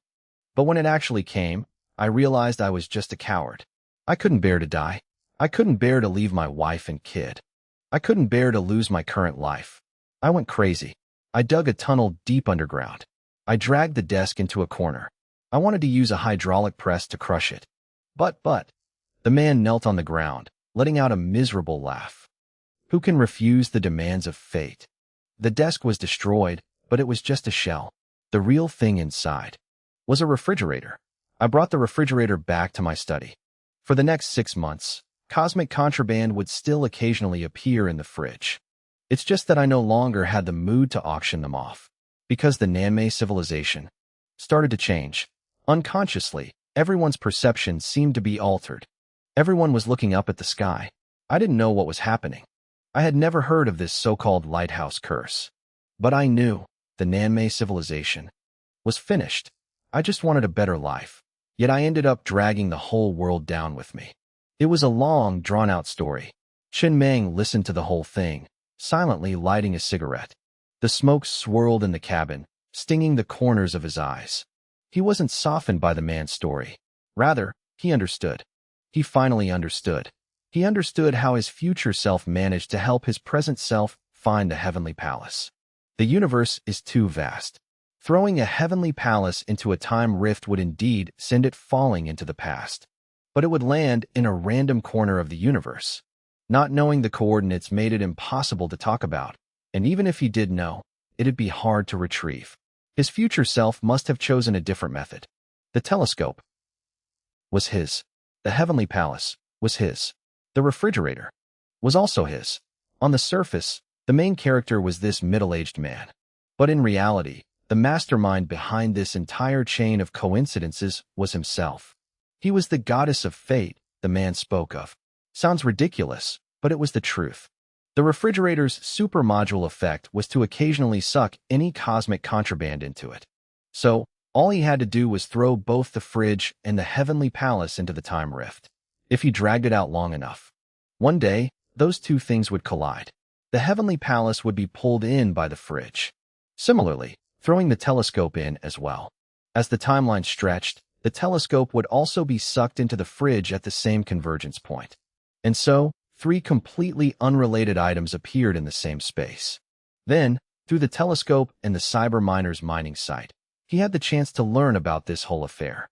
Thus, the present Chen Meng, the level 10 telescope, the unknown level refrigerator, and the future heavenly palace, for existences originally existing in different timelines, were tightly linked together at this very moment. His future self had successfully delivered the goods to his present self. As for where the fridge's supermodule effect came from, there was no need to doubt it. Someday in the future, Chi Keshio's research team would restore the original blueprint of the refrigerator, and after multiple screenings, they would select this specific supermodule effect.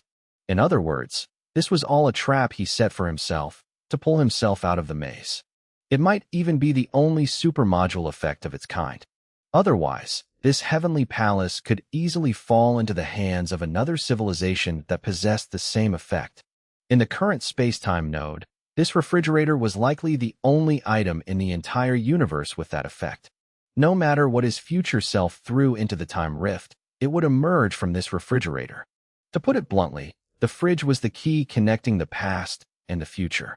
And that middle-aged man was just temporarily borrowing it, altering his life a little bit in the process. But the plan had a massive loophole. The telescope running into the fridge on its own, then being pulled in by the cyber miner, allowing him to coincidentally learn the news. The probability was way too small. What if the man had sold the telescope the moment he found it? Then he would never know what was happening in a place so unimaginably far away. He couldn't bet on luck. So that step was just a coincidence. The real procedure his future self had set up must have been the lighthouse curse. Blanket the entire civilization with the curse, interfere with everyone's perception, and then send the cosmic coordinates of the Nanmei civilization to him. That was the main path. Truly a genius, Chen Meng muttered, his mind drifting a bit. Even though it was his own self, he had to admit, this move was brilliantly executed. The problem now was how to receive the coordinates. His future self probably thought he had a way, but maybe because he touched upon it too early, he didn't have that method yet. Luckily, he accidentally got actual photos from inside the Nanmei civilization. Maybe he could find a workaround. For example, asking Chia. Someone from a god-level civilization might understand this. The lighthouse curse he made up actually turned out to be real. It's just that he didn't expect the curse to be set up by himself. Even so, there was still a confusing point. Chen Meng looked at the photos of little Fatty on the control screen. The people of the Nanmei civilization were all looking up at the sky, but from so far away, how was he supposed to receive the coordinates? He could try asking little Fatty's dad for the exact coordinates, but that seemed to deviate from the standard procedure his future self intended. One wrong step could ruin the whole chain. They look like they're observing the universe. Observing. Chen Meng suddenly remembered. He pulled the level 500 upgraded telescope out of the drawer. He glanced at the effect panel on the screen. The level 500 supermodule effect of the telescope can observe the universe. He immediately put the telescope to his eye, sweeping it across various directions outside the cabin's floor-to-ceiling window. Finally, when he looked toward the bottom right corner, countless specks of light surged into the lens, converging into a string of coordinates. RA 13 hours 42 minutes and 8.1 seconds. Dec plus 09 degree 28 feet 38 inches. And those coordinates were the exact coordinates of the Nanmei civilization. A civilization's coordinates are its lifeblood. Exposing them means drawing the wolves. But right now, it was lying right before his eyes, perfectly accurate. Everything was clear now. The situation of the Nanmei civilization was indeed caused by him. Seriously, Shen Meng lit a cigarette, falling silent. He didn't remember being this cold-blooded. He already left the coordinates. Couldn't he have left a single word of warning? Or could the lighthouse curse only send coordinates, not messages? Just then, the specks of light in the lens began to fade. Shen Meng also sensed the channel closing, so he immediately sent a message to little Fatty's dad. The matter you asked about, I've handled it. Go home. Keep the refrigerator safe. Don't lose it. It doesn't belong to you. In a few days, the owner will come to take it back. Don't worry, that person won't hurt you. Your life truly begins from this moment. The goddess of fate has collected her toll. From now on, she will only give gifts. Unconditional gifts. The Nanmei civilization wasn't considered far from him. The AI concluded that it was located just on the other side of the cosmic black hole. In terms of distance, it was still far, but saying it out loud made it feel like not too far. If nothing unexpected happened, in a few tens of millions of years, the Arcana Light Energy main cannon shot he fired would pose a certain threat to them. That would only happen if the Nanmei civilization managed to survive for over 10 million years. And if they really lived that long, then that strike wouldn't even be a threat anymore. We'll close the book on this for now. For little Fatty's dad, his biography just got a rare, thick chapter added to it. The feeling of being the only sober one while everyone else is drunk. Even though looking at him, he seemed on the verge of collapse. But most people facing this situation would definitely collapse. Humans are inherently social creatures. One day, you suddenly realize everyone around you is naturally doing things that completely defy common sense. The feeling of being abandoned by the collective, combined with common sense being crushed, would create a terrifying psychological shock. Especially when you realize that this widespread phenomenon was caused by your own hands. Not many can bear the guilt of personally pushing their own civilization to the brink of destruction. Of course, some people would find it thrilling. He just wasn't that type. Is this the power of a god? Shen Meng sat in the ship, looking at the coordinates of the Nanmei civilization on the control screen. The location was on the other side of the cosmic void space. That level, 4987 Arcana Light Energy main cannon shot in that void was very likely fired by the Nanmei civilization. That light energy bullet had penetrated deep into the void a long time ago. But a level 4 civilization already had the ability to touch the past timeline, using the void as a shield to launch a devastating strike against their enemies. If they really fired it, then why? Just for fun? Or the personal actions of a few individuals? Or was there a hidden story? If so, the deviation was a bit much. Off by a full 80,000 years. Shen Meng shook his head, stopping his train of thought. This matter is temporarily closed. Right now, he didn't have the capability to rush to the Nanmei civilization to snatch back the Heavenly Palace. The most important thing now was to upgrade to a level 4 civilization and gather more resources. Establish a firm foothold first, then settle the score later. Next, he began taking inventory of the resources after the battle with the Zerg civilization. Before the war started, he still had millions of trillions of resource units. Then he scooped up another massive amount from that prison. By now, the resource panel on the ship had reached a staggering level. 20.97 quadrillion iron ore, 3.89 quadrillion wood, 13.6 quadrillion copper ore, 349 billion crimson heart rock, 479.7 billion refined titanium ore. The total resources once again hit the 200 quadrillion mark.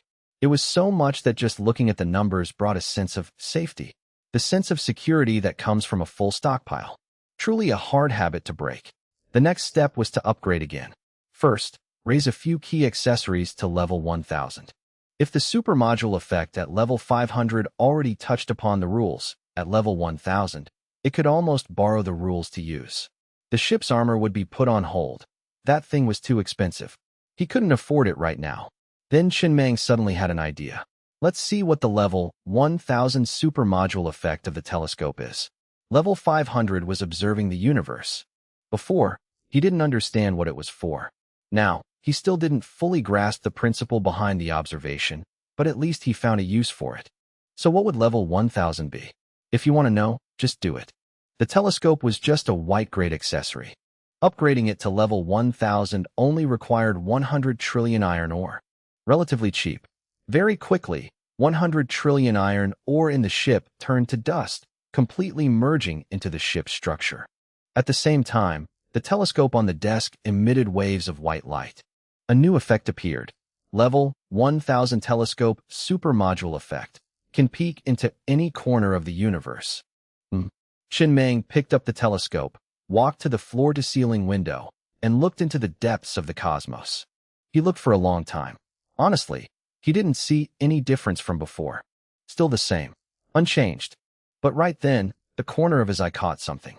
At the edge of his vision, a small light panel appeared with an input box.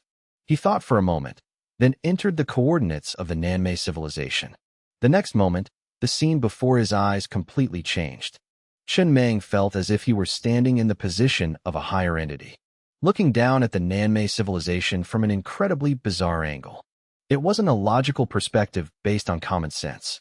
It was like a four-dimensional space looking down on a three-dimensional one, or a three-dimensional human looking down on two-dimensional creatures. An overarching perspective that almost completely reduced dimensions. He saw the Nanmei civilization with terrifying clarity. The territory of the Nanmei civilization spanned tens of millions of light years, stretching out endlessly. Yet from this perspective, he could still see all their planets simultaneously. Even with just a thought, the perspective would continuously zoom in, to the point of seeing clear details on any given planet. A young couple in their bedroom could also be completely seen through by him, using an absolute method of penetration from that bizarre perspective. This is too much. This feeling isn't right. This is like the perspective of the universe itself. If the universe wanted to scrutinize a civilization, it would probably use a perspective like this. Maybe even stronger, where the past and future are as clear as the palm of its hand. This experience was dangerously mesmerizing. Chenming was drawn in, holding the telescope and watching for a long time, only stopping when he forced himself to pull away. I can't get addicted to this. This thing can easily make a person lose their way. Then he entered the coordinates of where he was currently standing. This time, he quickly saw the planet craft from that bizarre, overarching perspective. And he clearly saw himself holding the telescope in the cabin, along with everyone else inside, including the planets he hid in the spatial gates of the cabin, all clearly visible without missing a single detail. He even saw Daba and the others busy on the aqua blue planet. Looking at myself. This truly is the feeling of a god, and also something that could easily drive a person insane. A moment later, Chenming set the telescope aside and sat back in his chair. The super module effect was too good. Used for scouting enemies, it was practically absolute. He could see every secret fortification clean, while the enemy remained completely unaware. The only thing missing was sound. Other than that, it was practically invincible. The level 1000 super module effect was truly terrifying. If this thing was misused, it would be very easy to cross the boundaries of humanity. It's just that the price was equally terrifying. Upgrading a green-grade accessory to a level 1000 super module required a staggering 1 quintillion.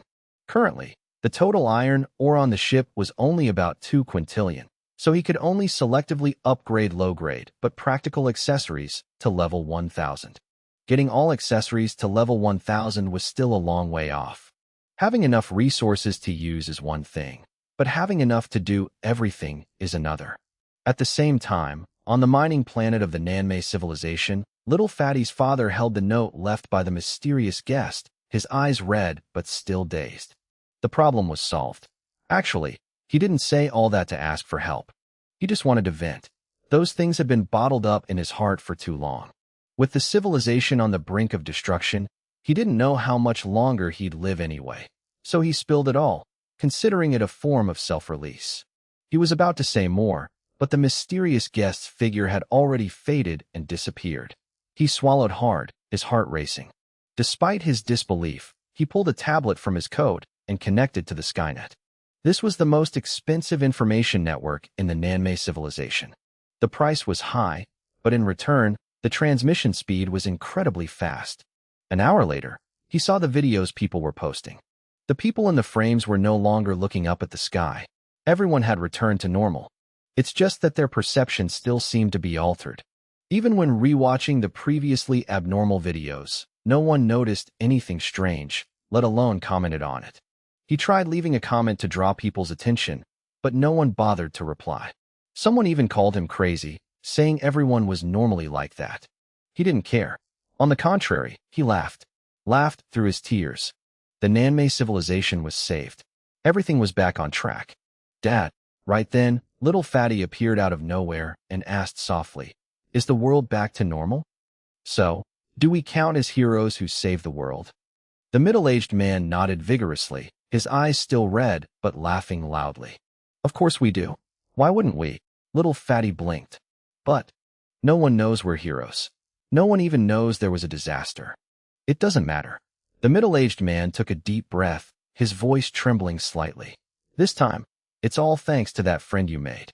If that person hadn't used some method to extinguish the crisis, who knows what would have happened? But you don't even know how that person did it." "Neither do I." He looked into the void, muttering, "That person hasn't even come to the Nanmei civilization. Yet they solved it remotely. This looks like the methods of a high-level civilization. Could your friend be someone from a high-level civilization? Maybe even a leader?" Little Fatty shook his head. "I don't know." "It's fine." The middle-aged man patted his son's shoulder. "Come on, let's go find your mom. Let's celebrate the rebirth of our civilization. You did great this time. You saved the Nanmei civilization. You are the hero of the Nanmei civilization." Little Fatty scratched his head and smiled. He ran all the way to this remote place to mine because he wanted to make his own money and earn his father's approval. He didn't expect that path to fail, but the friend he made ended up achieving something massive. Under the setting sun, the father and son smiled, walking toward the wooden house in the distance. Their voices gradually faded in the wind. "Oh right, Dad, how much does that private security company you hired for me cost a day?" "Probably $1 trillion. "How much?" "$1 trillion. The profit from finishing my mine is only $1 trillion. The middle-aged man chuckled. "I told you I'm rich." "For real? I thought you were just well off." "Filthy rich. So you make even more than the dads of those rich kids I met the other day?" "Those kids you met are just the children of the lowest tier suppliers in my company. I'm way higher than their dads." "Holy crap. It's okay, you need to calm down. In the universe, information propagation always takes time." A full 6 months passed before the internal factions of the Kasha Civilization Federation fully learned about the annihilation of the Zerg civilization. Those with the means had obtained footage of the Great Battle, and then began leaking it through various channels. An event that happened half a year ago was only now truly reaching the masses. Countless people fell silent, especially those civilizations that had previously broadcasted across the universe, declaring they would submit to the Zerg civilization, become their subjects, and absolutely refuse to assimilate with the human civilization. Right at this moment, those civilizations almost simultaneously erupted in bizarre political coups. The first thing the new leaders did was overturn the orders of the previous leaders.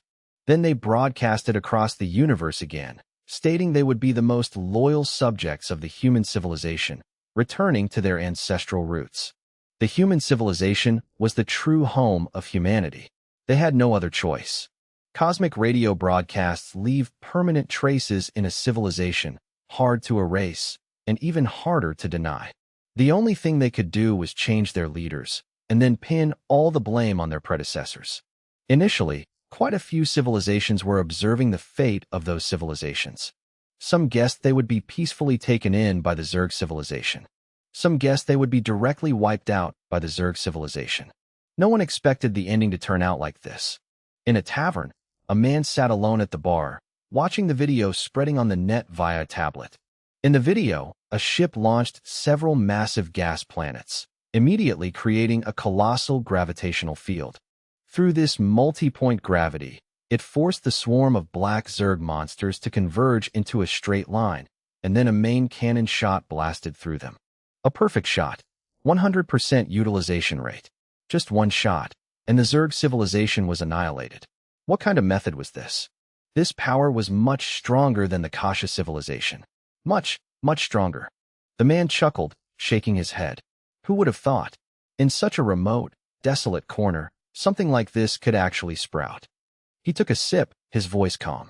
The more starved a place is, the easier it is for miracles to be born. Level 500 armor. Interesting too. A miracle, huh? I love crushing things called miracles the most. Right then, a drunk, burly man stumbled over, shoving his shoulder. This is my spot, get lost. The man didn't reply. He just cast a sideways glance, a bizarre purple glint flashing in his eyes. The next moment, the burly man stiffened. Even in front of everyone, he gouged out his own eyes, stuffed them into his mouth, and chewed. As he chewed, he smiled like he was eating his favorite delicacy. Not enough. He tore open his stomach, violently pulling out his organs and stuffing them into his mouth. The man watched the scene, finally smiling. He placed the round-brimmed hat on the counter onto his head. The entire bar immediately began mimicking the burly man's actions. In just a moment, the tavern turned into hell. When he stepped outside, the whole city was mimicking it too. The city plunged into hell. He looked up at the sky, then vanished on the spot. Immediately after, all living beings on the planet followed suit in unison. In the blink of an eye, a planet turned into a dead star. Not a single living being survived. The man stood in the cosmos, looking down at the crimson planet, then at his own long, pale fingers, both fanatical and dazed. Is this the power of a god? Then he turned his head, looking toward the cosmic void space. Wait for me. Your most loyal envoy is coming to rescue you. But before that, I'm going to kill that guy named Chen Mang. The feeling of crushing a miracle, it's truly intoxicating. Just imagine, a nobody with a humble background, crawling up step by step from weakness, growing this big in a barren resource zone. Everything about him can be called a miracle. Right when he thinks his future will be even more glorious, I suddenly wipe him out. That feeling, fantastic. Just thinking about it gets me excited. Truly a lunatic. The more he spoke, the more he got off on it. Idiot. Chen Mang sat in his chair, expressionless, pointing at the image of the middle-aged man in casual clothes floating in space on the screen. Just now, the Doppler radar caught a strong energy surge of unknown origin. The radar zoomed in on that area and saw this scene. He couldn't hear the audio, but Xiao AI had learned the cosmic language and guessed what the other party was saying by reading his lips. The envoy of God. It was the envoy of the divine race imprisoned in the cosmic void space. It seems this guy wields a bizarre, unpredictable power. I still don't understand how it operates. I'm also not sure if the ship's armor can withstand this kind of attack. But it doesn't matter. Initially, the enemy was hidden in the dark, and I was exposed in the light. But since he put on a show like this, the tables have turned. I'm in the dark, and he's in the light. If you stick your own head out of the shadows, don't blame me for striking first. Lock onto him. Prepare to feed him a shot. Let's see if he can tank it. The Doppler radar had firmly locked onto that man. Clearly, despite his mysterious power, his own energy level wasn't high. He completely failed to realize he was being monitored. This proved that the power he controlled didn't belong to his own internal strength. If he were a self-made powerhouse, let alone being monitored, even someone secretly muttering his name would be sensed by him. Just borrowed power, huh? Then it's even easier to cut off. Chen Mang frowned slightly, staring intently at the man on the screen.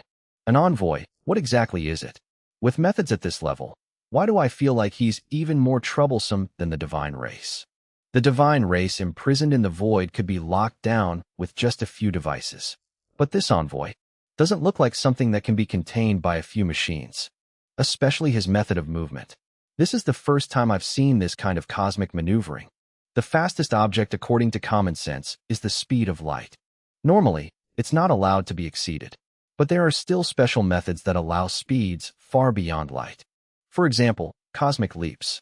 By continuously destroying space, creating dense instantaneous teleports, the actual speed far exceeds light. Or like this guy locked on by the radar. A method I completely don't understand to drift. If I don't understand it, I have to shoot it even more. Only after shooting will I have the data to understand.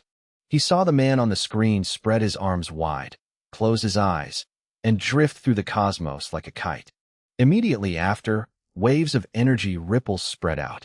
The man began drifting into the distance at an extreme speed, a speed far exceeding light. At the same time, he entered an ethereal state. Even meteorite fragments that crashed into him passed straight through his body. What the hell? Chen Meng looked at the scene on the screen, his mind going a bit blank, relying solely on his own speed to exceed the speed of light. What does that mean? Just reaching the speed of light requires near infinite energy. Where is he getting the energy from? Let alone far exceeding it.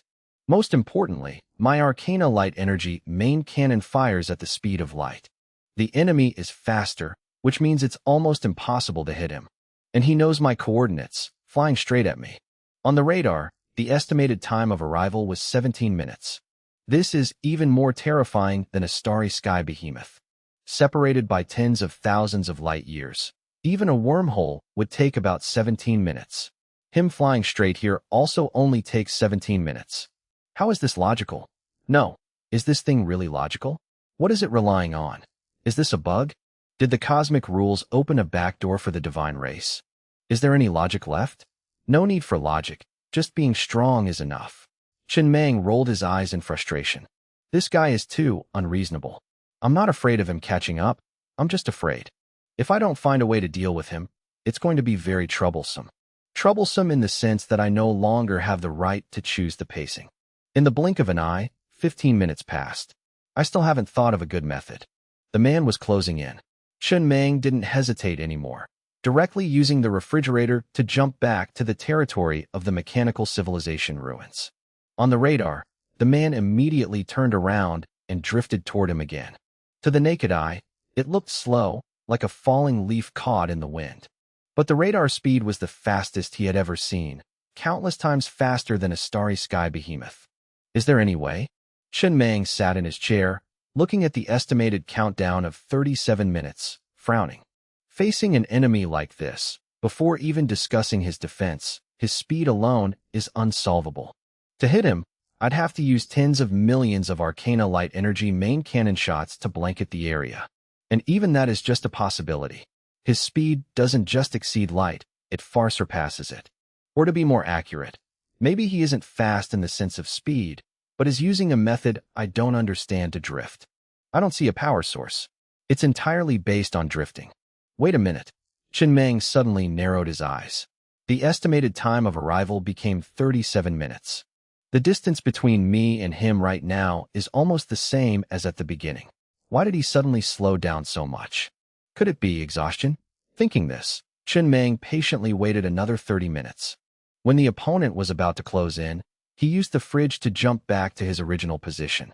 On the screen, the man was clearly furious and frustrated, opening his mouth to curse something in space. And this time, the estimated time of arrival returned to 17 minutes. Same distance, but different speed. If you say it was due to exhaustion, then what is this time? An explosion of his inner cosmos? Chen Meng tried again. When the man was about to arrive, he ran back to the mechanical civilization ruins.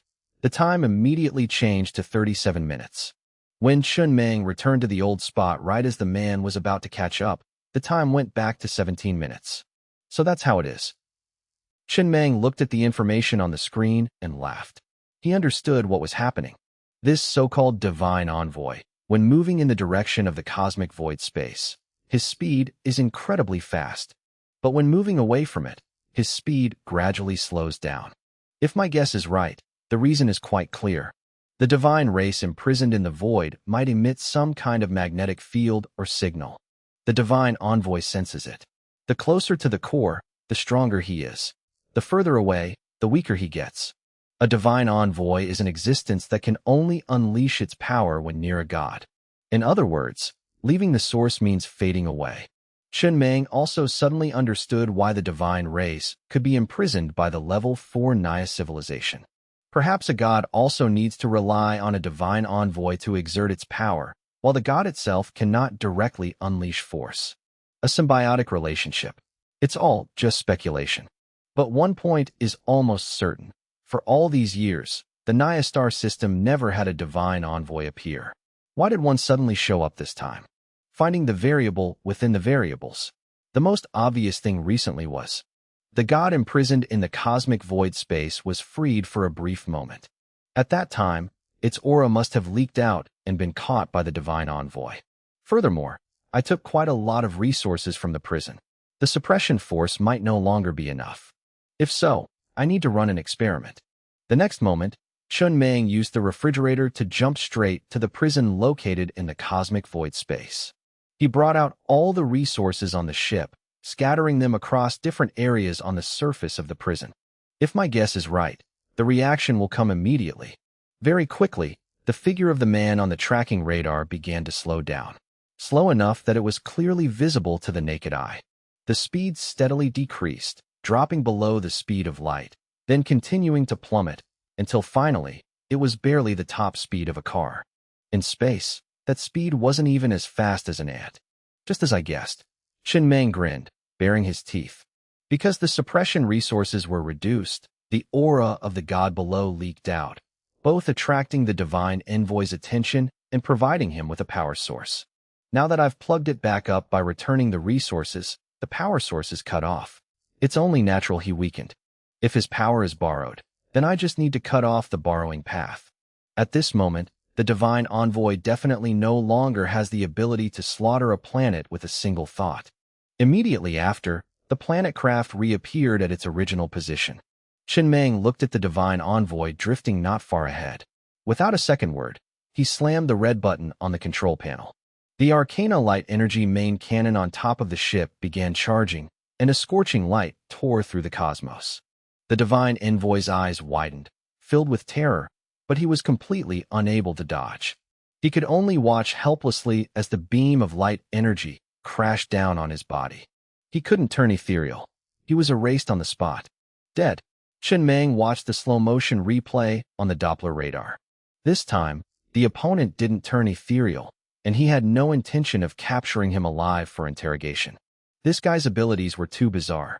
Who knows what dirty tricks might happen if I brought him onto the ship? He didn't want close contact.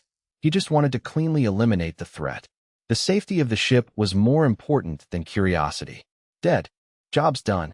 Chun Mang sat back, starting to think. Is there really no way to kill a god completely? The divine race is immortal and indestructible. Even the cosmic rules trying to deal with them could only throw them into a black hole, still unable to kill them.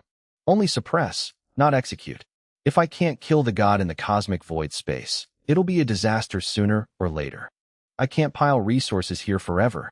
But if I don't pile them up, countless divine envoys will come looking for trouble. Let's give it a try. After handling the situation, Chun Mang appeared above the prison in the cosmic void space again. The light energy main cannon definitely couldn't be used. If it damaged the containment equipment, the god might escape on the spot. It would be like I released it with my own hands. He thought of something he could use. The strand of hair he brought out from the dream. Before, he didn't know whose hair it was. Now he knew. It was very likely the hair of the divine race. So let's test it. Can the hair of a god injure a god? But the gravity in the prison cave was too terrifying. Exploration robots were crushed flat the moment they went down. Humans couldn't go down either. So who would do it? If we can't go down, we have to drop it down. 3 days later. Over here, give me a hand. Xiao AI, is this side good to go? The surface of the prison was as bustling as a construction site, with people and robots moving back and forth constantly.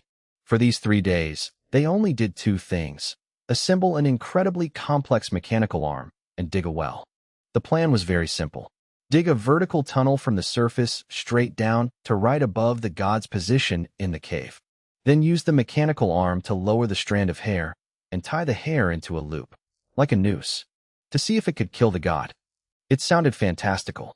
Even the cosmic rules couldn't kill it, let alone him. It's useless. Chia stood to the side, watching the busy crowd, feeling helpless. The divine race cannot be killed. The only way for the divine race to die is when the universe is destroyed. They live and die with the universe. This is all in vain. It's absolutely impossible to kill. Chia. Chun Mang turned to her, and smiled. Have you ever killed a god? No. Then how do you know it's impossible to kill? From my father. Has your father ever killed a god? He tried, but he couldn't kill it. So your father can draw that conclusion because he tried. Chen Meng kept smiling. My point is, our understanding can't just rely on hearsay. We have to try it once. Even knowing it might not yield results. Only after trying will we have a clearer conclusion in our hearts. I need to know, not just hear about it. Right then, Xiao AI walked over quickly. Captain, everything is ready.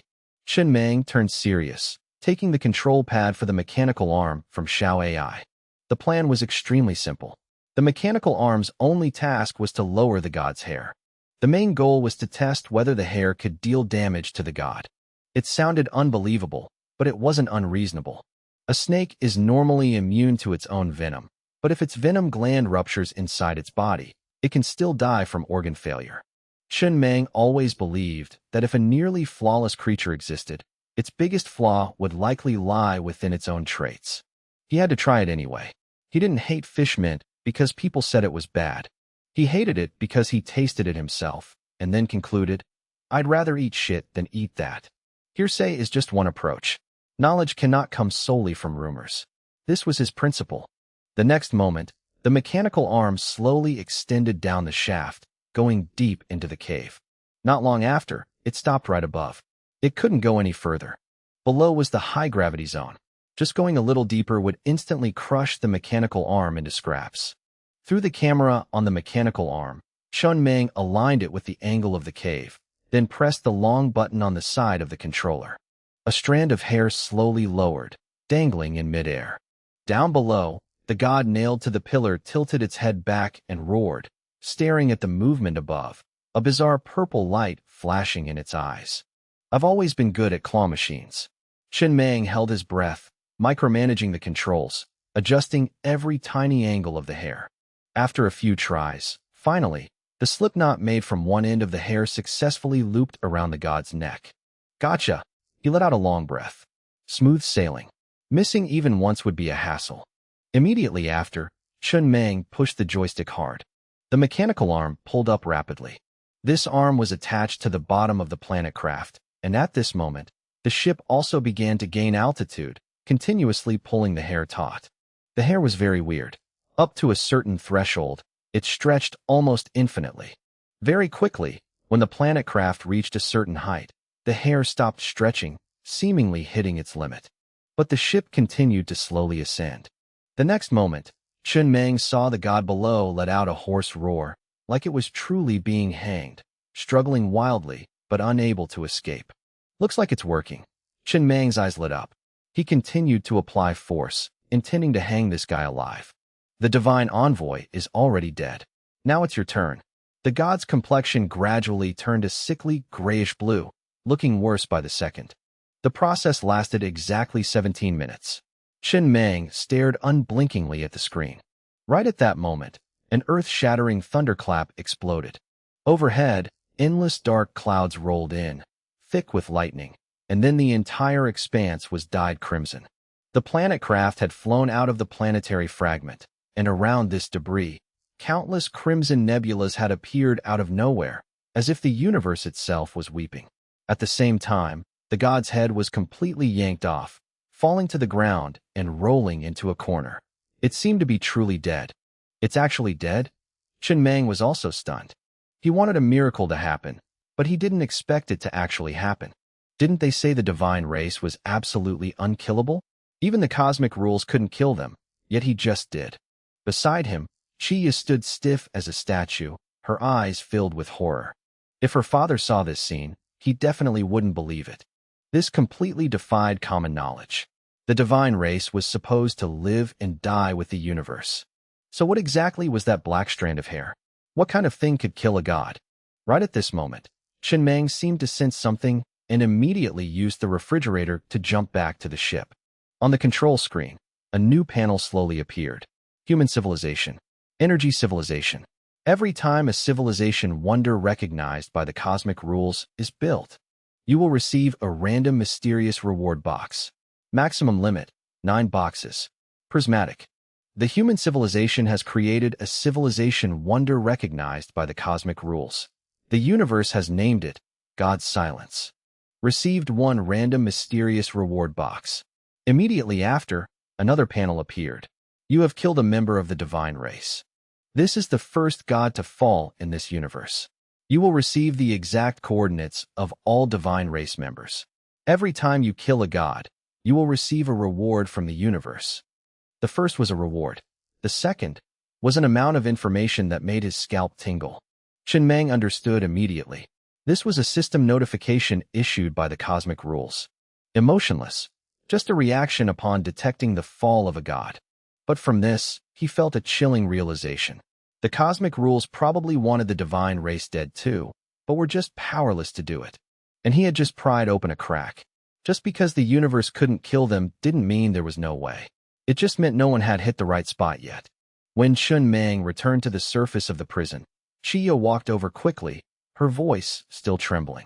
Chen Meng, what did you use to kill the god? The hair of another god. Impossible. How could that be possible? My father ran experiments. Using the hair or nails of the divine race couldn't deal any damage. It absolutely cannot be the hair of another god.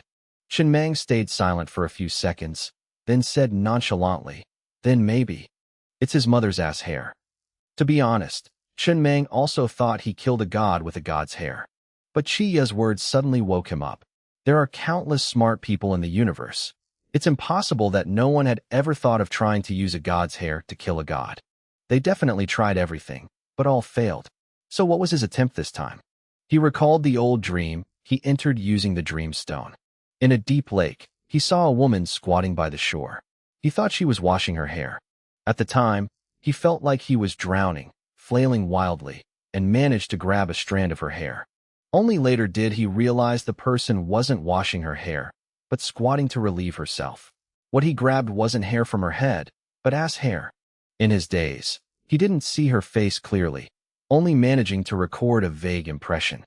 Her appearance was very similar to the god he just killed, so he instinctively assumed she was also a member of the divine race. If the hair wasn't hair, then everything made an uncomfortable amount of sense. Could the woman squatting by the lake relieving herself in that dream not be a god? Or was she actually the mother of the divine race? If that's true, then I just touched something I shouldn't have. No, wait. Chi suddenly remembered something, enunciating every word clearly. All god-level civilizations have tried to kill the divine race. No one succeeded. Not even the cosmic rules could do it. My father guessed there was only one way. I told you last time, the previous cosmic rules created the divine race by using a human woman as a mold, right? Who that woman is, where she went, no one knows.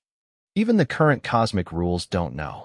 But my father guessed that only that woman could kill the divine race, because their life originated from her. It was still just a guess, and no one could find her. Chen Meng stayed silent for a long time, then looked at Chia. Then why is your father the broodmother race, not the father-emperor race? Chia answered immediately, broodmother is a title, it doesn't denote gender. Now is not the time to talk about this. She stared intently at the strand of hair in his hand. I'm saying the thing you're holding is very likely the hair of the mother of the divine race. And it's very valuable. Civilizations will covet it. Right? Chen Meng sighed softly. It's normal. I'm used to it. Just try not to let anyone know, and we're good. Did you leak it? He didn't say anything more. Chen Meng gathered the people and resources back to the ship. He planned to wait for the equipment below to stop operating, then fish the god's corpse up to take a look. The cosmic rules had already declared it dead. It couldn't just suddenly come back to life, right? I hate it most when dead things still twitch. Dead. It was indeed dead. In some corners, humanity in the universe was laughably weak, sometimes not even as durable as a trampled insect, let alone an ostentatious existence like a starry sky behemoth. Relying solely on myself, I couldn't even travel through the cosmos. But the divine race was a truly immortal and indestructible existence. Even the cosmic rules couldn't erase them. Standing before the first corpse of a god in the universe, Chen Meng was obviously curious to an unbearable degree. Curiosity is an instinct, but it's also dangerous. Very quickly, the corpse was hauled up. It could be confirmed that, At least from a human perspective, it was dead. Inside, there were still organs. A liver. Looking closely, it was almost identical to a human. It even had blood vessels, a brain, and a nervous system. But clearly, all of this was just a shell, a decorative frame. Those organs had never been used. The thing that truly sustained the god's life wasn't the organs, but a section of the spine. A section of sparkling, translucent jade, incredibly extraordinary. Only when this jade spine snapped did the god die. When the previous cosmic rules created the divine race, it only mimicked the human body, copying all the organs, but seemingly didn't understand the logic, the operation of those organs. It was like copying the source code of an app, then trying to create a similar app. Unfortunately, in the source code, only a small part is functional code. The rest is code for debugging. The divine race didn't have that debugging part, which is why they turned out like this. A shell. The exterior and organs looked human, but they couldn't operate like a human. Is the human body really that complex? Chen Meng sat in the control room, watching the autopsy on the screen outside, muttering to himself. He didn't expect that even the cosmic rules couldn't fully understand the human body. The very thing I use every day is something the universe couldn't simulate. Right then, Xiao Ai's voice rang out. Captain, Chiya told me that the jade spine is called the divine spine. It provides life and energy for the divine race.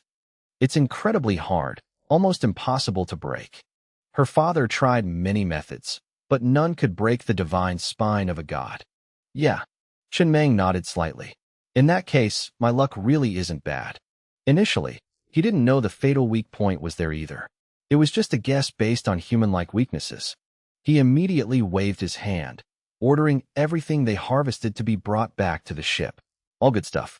There will definitely be a use for it later. I always believe that keeping seemingly useless things can sometimes save a life. His habit of hoarding random junk had created quite a few miracles. For example, that nearly useless thing he brought out from the dream, which had been stuffed in a movie studio as a prop for a long time, yet he still couldn't bear to throw it away. Today, it played a massive role. There are no useless things, only people who don't know how to use them. This isn't philosophy. This is life experience. Finally, Chen Meng truly breathed a sigh of relief. With this resolved, he wouldn't have to worry about divine envoys coming after him anymore. The resources here could also be completely withdrawn. No need to keep them to suppress the god anymore. The problem was solved in an instant. Very good. I like this kind of ending. Chen Meng sat in the control room, looking at his civilization's control panel. Civilization name: Human Civilization. Level 3. Leader: Chen Meng. Civilization planets: Aqua Blue Planet, Xuanwu Planet, Level 1 Star Palace, Level 2 Star Palace, Level 3 Star Palace, Level 4 Star Palace, etc. Civilization population: 5.7 billion. Upgrade conditions: number of intelligent beings reaches 10 billion. Maximum attack intensity exceeds 50,000 and possesses at least 10 planets. Note: from upgrading to a Level 2 civilization and every upgrade thereafter, an upgrade shockwave will be emitted for neighboring civilizations to detect. The higher the level, the wider the shockwave's range. The civilization leader may receive some random cosmic civilization abilities. Chen Meng's current civilization was Level 3, and the conditions to upgrade to Level 4 had already been met. He didn't hesitate anymore, choosing to upgrade immediately, preparing to break through to a Level 4 civilization. The thing that the Kasha civilization and the mechanical civilization had thirsted for so long was finally surpassed by him as easily as flipping his hand. The hardest part was the attack intensity exceeding 50,000. To put it bluntly, that meant a level 500 prismatic firepower accessory, the Arcana Light Energy main cannon. For him, it wasn't hard at all. That thing had been upgraded a long time ago. But for other civilizations, that was a mountain of Murphyite. Especially in the resource-poor Nyastar system, this requirement was practically a myth. The higher you stand, the more you know. Only now did he truly understand what Level 0 authority was. It was an authority that even the cosmic rules didn't possess. That's right. The cosmic rules were nearly invincible, impossible to defy, gathering all the resources of the universe to nurture the divine race it created. Yet it could still only collect Murphyite and other resources. It still couldn't bypass the massive hurdle of Murphyite. But his level 0 authority didn't need to care about that at all. In this aspect, the priority of the cosmic rules was even lower than level 0 authority. Both were rule-based methods. One acted within the boundaries of the rules. The other trampled straight over the rules, then rewrote a new one. Chen Mang looked down at the birthmark resembling the character Mang on the back of his hand. He used to mock himself, thinking maybe his parents were players in an infinite loop game, unable to see their child, hunted by an evil organization, which was why they left him this inheritance. Back then, it was just a joke to lighten his mood. But now, he felt it wasn't entirely impossible. He already knew that high-level civilizations could reverse time and space and pull off all sorts of unbelievable feats. If so, his parents leaving an inheritance in a situation where they couldn't show their faces wasn't too hard to accept. As for why it was in the shape of a birthmark, maybe it was because of the name they gave him. He shook his head. I shouldn't let my thoughts wander. Waiting until I reach a god-level civilization to research, this won't be too late. The most important thing right now is upgrading the civilization.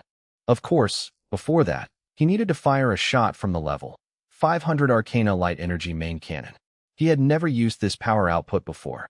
Since he was currently inside the cosmic cave, he picked a direction, aimed toward the other side, and slammed the red button on the control panel. The patterns on the barrel of the Arcana Light Energy main cannon atop the ship quickly lit up, beginning to charge.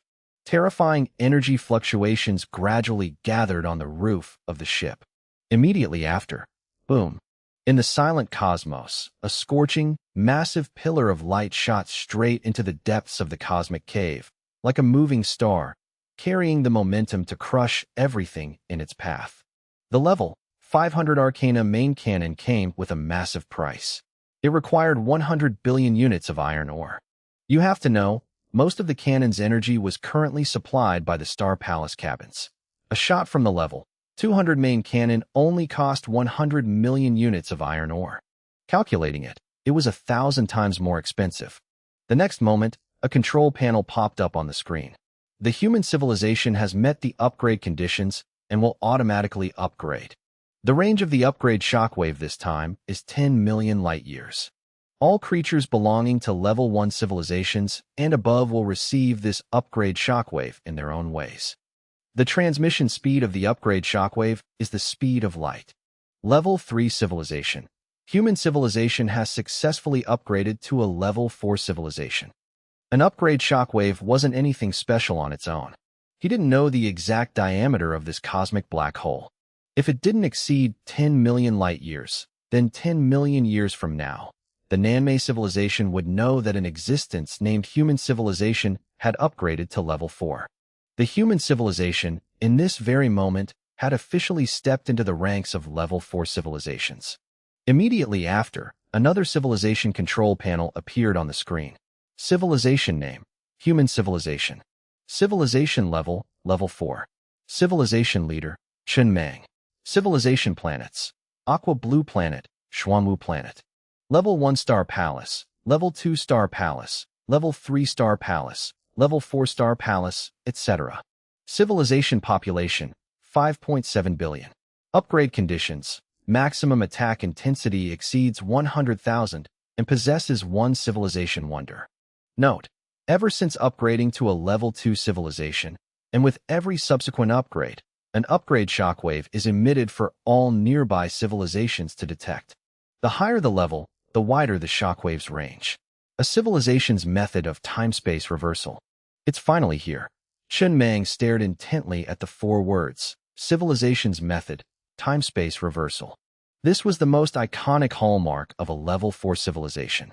The ability to reverse time and space, to travel back into the past, and launch an attack from the past into the future. He clenched his fist slightly, only one thought in his mind. So from now on, I've truly stepped into a completely different tier of warfare. With the enhancement of the A-class main energy cannon, he could unleash a strike far exceeding the maximum attack power the civilization outwardly displayed. It was a trump card, kept hidden like internal energy. Of course, this method could only be used by relying on a cosmic black hole. Therefore, Even though the laws of the universe didn't restrict a level 4 civilization's interaction with cosmic black holes, in the general consensus of cosmic civilizations, a level 4 civilization that hadn't approached a cosmic black hole was merely a half-baked level 4. Stronger than a level 3, sure, but lacking the internal energy killer move. Only a level 4 near a cosmic black hole was a true level 4. The gap really is massive. Chen Meng let out a long breath. The Naya civilization was also level 4, but they occupied numerous star systems. Their territory spanned hundreds of light years in diameter, while he only had a tiny corner in this Naya star system. Even though they were both level 4, his internal energy was clearly weaker. He reminded himself, keep it steady for now. Conquer the Naya civilization first, then think about expanding outward. By this time, Xiao AI had received all the information regarding time-space reversal. It spoke up. Captain, the explanation is quite complex. It might be easier to understand if we just test it out once. Chen Meng nodded. The next moment, he pressed a newly appeared button on the control panel. A selection menu quickly popped up on the screen. Current cosmic coordinates, XX. Select reversal duration. 1 year, 100 years, 1,000 years, 10,000 years, 100,000 years, 1 million years, 10 million years, 1 billion years. He could also input a precise duration, like 18 years, accurate down to the year. The further back in time, the more resources it consumed. Going back 1 year only required 100 million units of iron ore. 100 years took nearly 10 billion. If it were 10 million years ago, it would cost 10 quadrillion. Chen Meng chose to reverse time by 10,000 years. Immediately, 1 trillion units of iron ore in the train slowly turned to ash, as if sucked dry from reality. The next moment, a bizarre 7-colored light enveloped the entire train. The train seemed to plunge into a tunnel, the scenery on both sides blurring backward frantically. When everything finally stabilized, the screen displayed specific information. This location is cosmic coordinate 30, the state of this area after reversing the timeline by 10,000 years. Observers cannot alter history. No one can see you, no one knows you. And you cannot leave the observation barrier. Chen Meng stayed silent for a moment, looking around. Nothing had changed. It looked almost exactly the same as before the reversal. That meant 10,000 years ago, this place was already a cosmic black hole. A pitch-black, dead silent void, devoid of stars, chilling to the bone. He quickly assessed the situation. With the train's current armor, surviving here was not an issue. Nearby, the planetary fragment originally used to imprison the Zerg had vanished. This was probably the only change, since 10,000 years ago, the Naya civilization hadn't even been born yet. There was a halo of light around the train, about the size of a normal planet, completely enclosing the interior. That was the observation barrier. The train couldn't leave this ring. It could only stand within the observation zone and look out. But weapons could still be fired. Chen Meng casually locked onto a direction and fired a level 200 A-class main energy cannon. The beam passed through the barrier without any resistance, plunging deep into the cosmic black hole. Perhaps there were other ways to use time-space reversal. But this was the most standard method, and the most widely recognized one, linking 2 superpowered effects to create a 1 + 1 greater than 2 scenario. This place was over 100,000 light-years away from the Naya star system. The cosmic radar couldn't directly measure the exact distance, but based on the coordinate calculations of the 2 locations, Chen Meng knew the number was 130,000 light-years. A very clear idea popped into his head. Theoretically, I could reverse time to exactly 130,000 years ago, then fire a level 500 A-class main energy cannon toward the Naya star system. After that, immediately return to the original timeline. By then, using the train to absorb the power of this beam of light, I could pay a very small price to rapidly boost my armor in a short amount of time. There was only one problem. The margin of error was hard to control. Even a slight miscalculation meant that upon returning to the original timeline, he might find a planet in the Naya star system destroyed, or worse, the beam of light might still take 7 or 8 years to arrive. Chen Meng shelved the idea, not rushing to take the risk. He reminded himself, this has to be calculated down to the exact year. I can't be reckless. Besides, if he extended it to 130,000 years, it wouldn't actually add that much energy. That 4,987 hit combo attack had flown through almost the entire cosmic black hole. That distance was far more than 130,000 light-years. It had to be at least tens of millions of light-years. After observing for a while, Chen Meng was forced to return.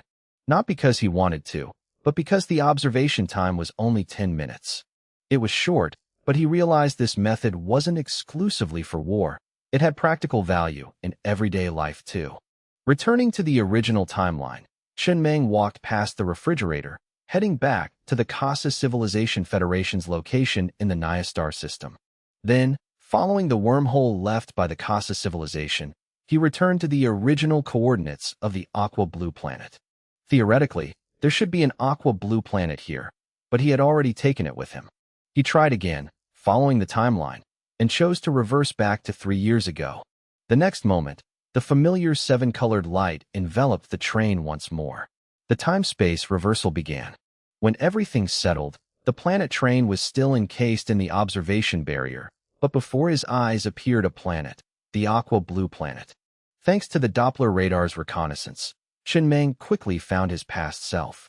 The him from 3 years ago was at the apocalyptic abyss. It was nighttime, and the miners on the train were fast asleep. Meanwhile, the him on the screen was sitting in the control room, diligently writing something. Chen Meng watched the scene, feeling very strange. This was the first time he had gone back to the past to look at himself. Even though he knew perfectly well he couldn't make any changes and could only observe. For instance, he couldn't throw resources or accessory blueprints outside, unless. He suddenly asked, his tone sounding like a joke, but his eyes dead serious. Xiao AI, I'm curious about something. If I fire a cannon right now and kill my past self, will my present self die too? Xiao AI froze for a moment before answering slowly. There are no reference cases to draw a definitive conclusion, but I highly recommend against trying it. The risks could be beyond prediction. Chen Meng fell deep in thought.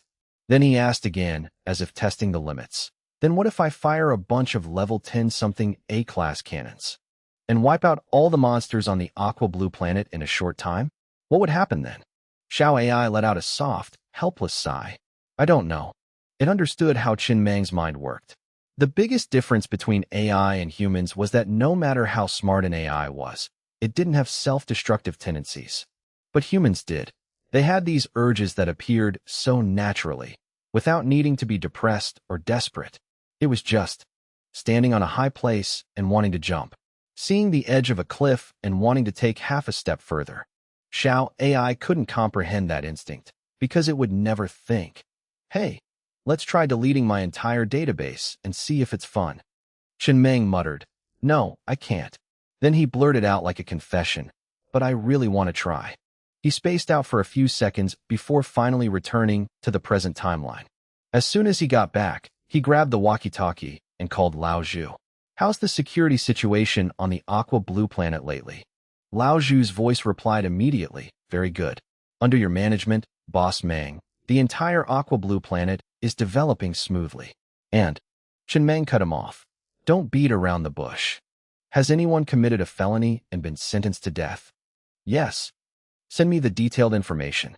A middle-aged man was trying to rally the remaining train captains, planning to establish his own nation in the countryside. Chen Meng said curtly, send his name, physical description, and photo, and monitor all of this person's statuses closely. Understood. Very quickly, after receiving all the information on the death row inmate, Chen Meng reversed time to 3 years ago again. Like before, he locked onto the target almost instantly. The guy was hiding in the ruins of a city. The A-class cannon began charging. He set it to the lowest level, level 1, like firing a satellite weapon from outer space. Fire. A direct hit. Dead on the spot. Immediately after, Chen Meng withdrew into the control cabin and instantly returned to the present timeline. He grabbed the walkie-talkie and asked Lao Zhu, straight to the point, how is that person doing? Lao Zhu's voice came through, sounding bewildered. He's dead. Died suddenly. Just dropped dead. No warning signs at all. Chen Meng asked further, do you still remember who he is?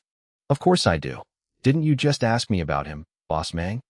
Chen Mang sat alone in the control room, silent for a very long time. The conclusion was clear. If a person was killed in the past, they would also die in the future. He had thought it would be like being erased from existence, where everyone forgot the person ever existed. But that wasn't the case. The memories remained. The person just literally vanished. And that was the reason he didn't dare expand his territory. His fatal weakness was too obvious.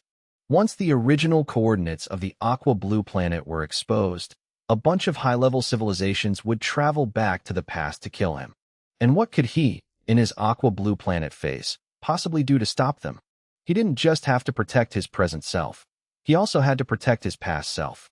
The biggest difference between four-dimensional and three-dimensional space was the addition of the time dimension.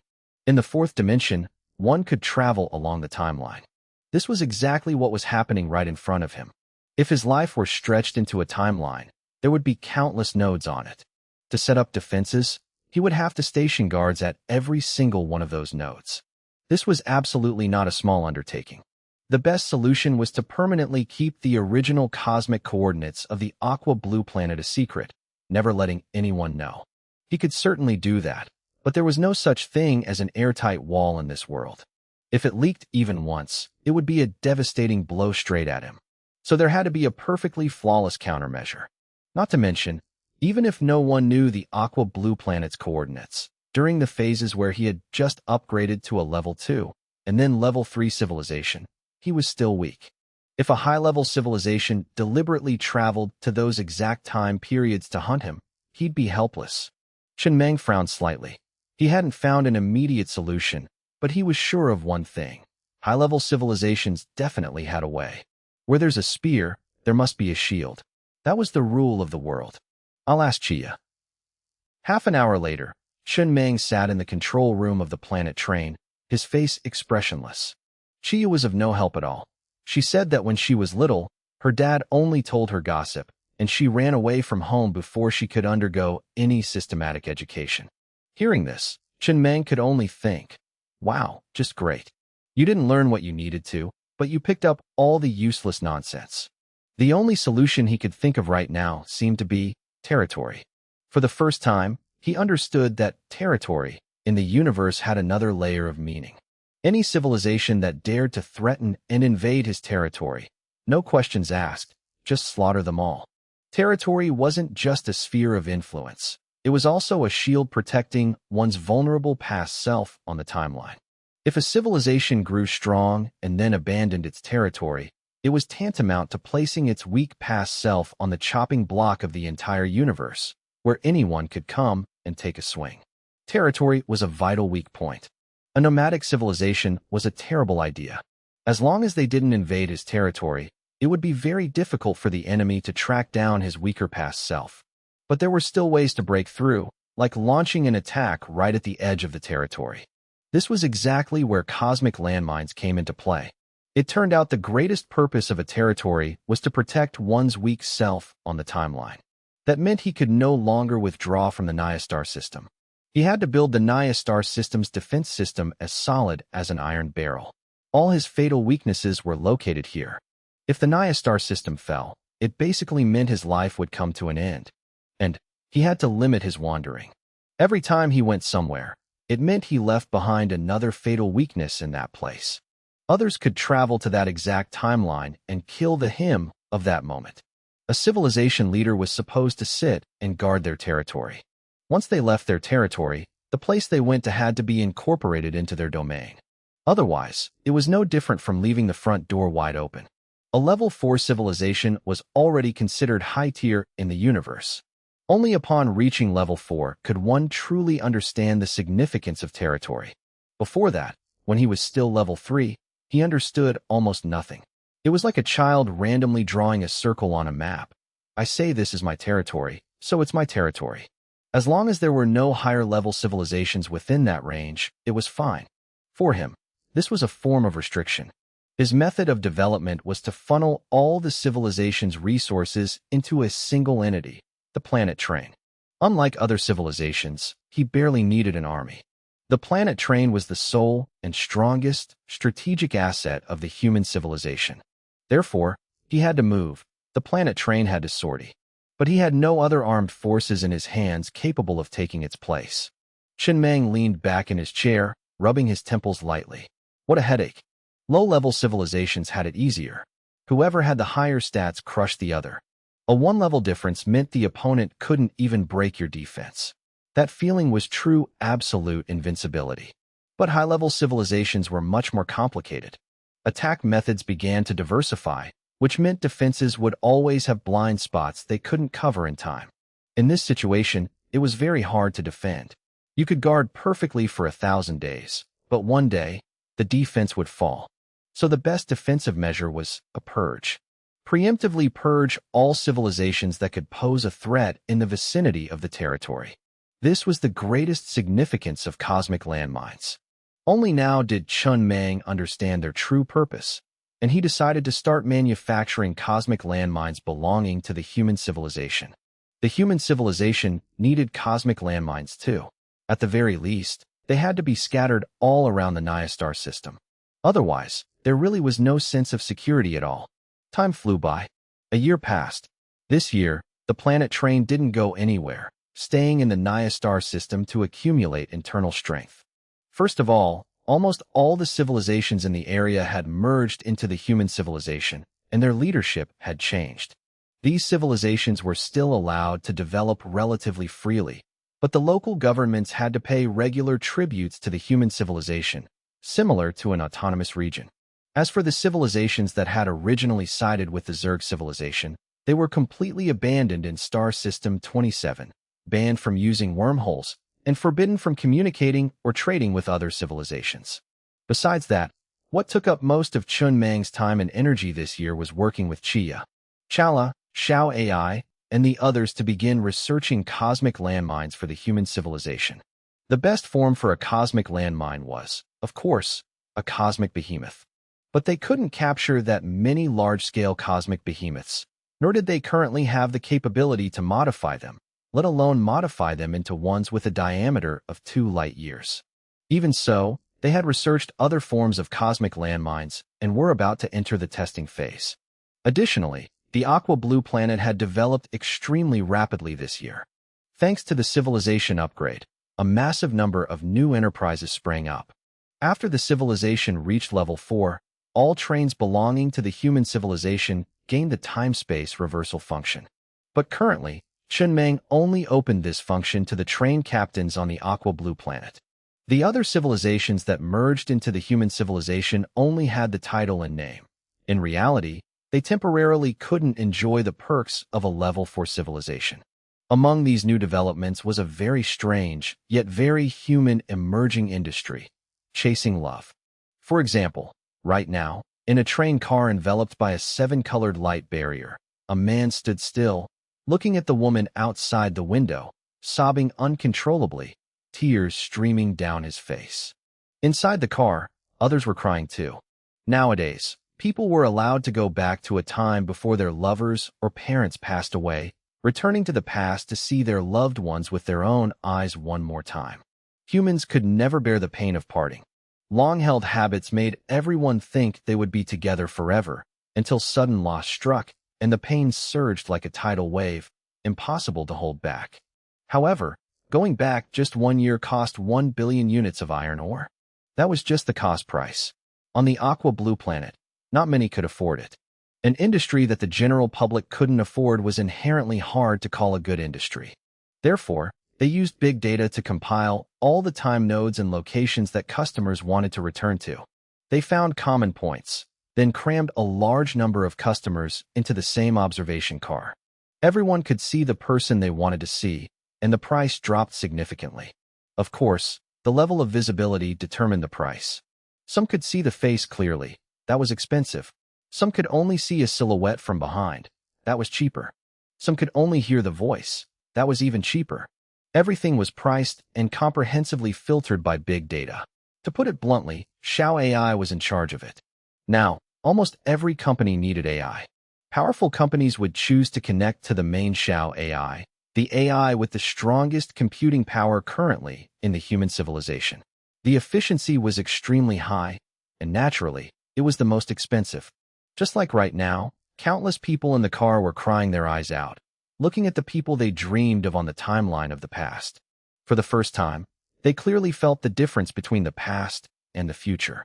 For the first time, they understood the feeling of seemingly being able to touch, yet forever unable to intersect. Right at that moment, a man's crying suddenly stopped. His girlfriend had gotten into an argument with him and drove out in the pouring rain. The girl's family reported that she had suddenly passed away in an accident.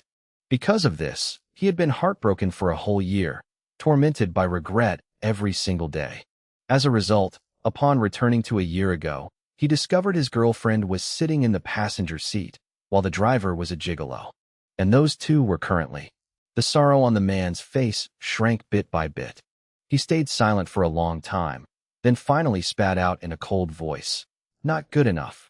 Followed by, "You bastard." A year had passed. Throughout this year, the planet train had quietly stayed in the Naya star system to develop.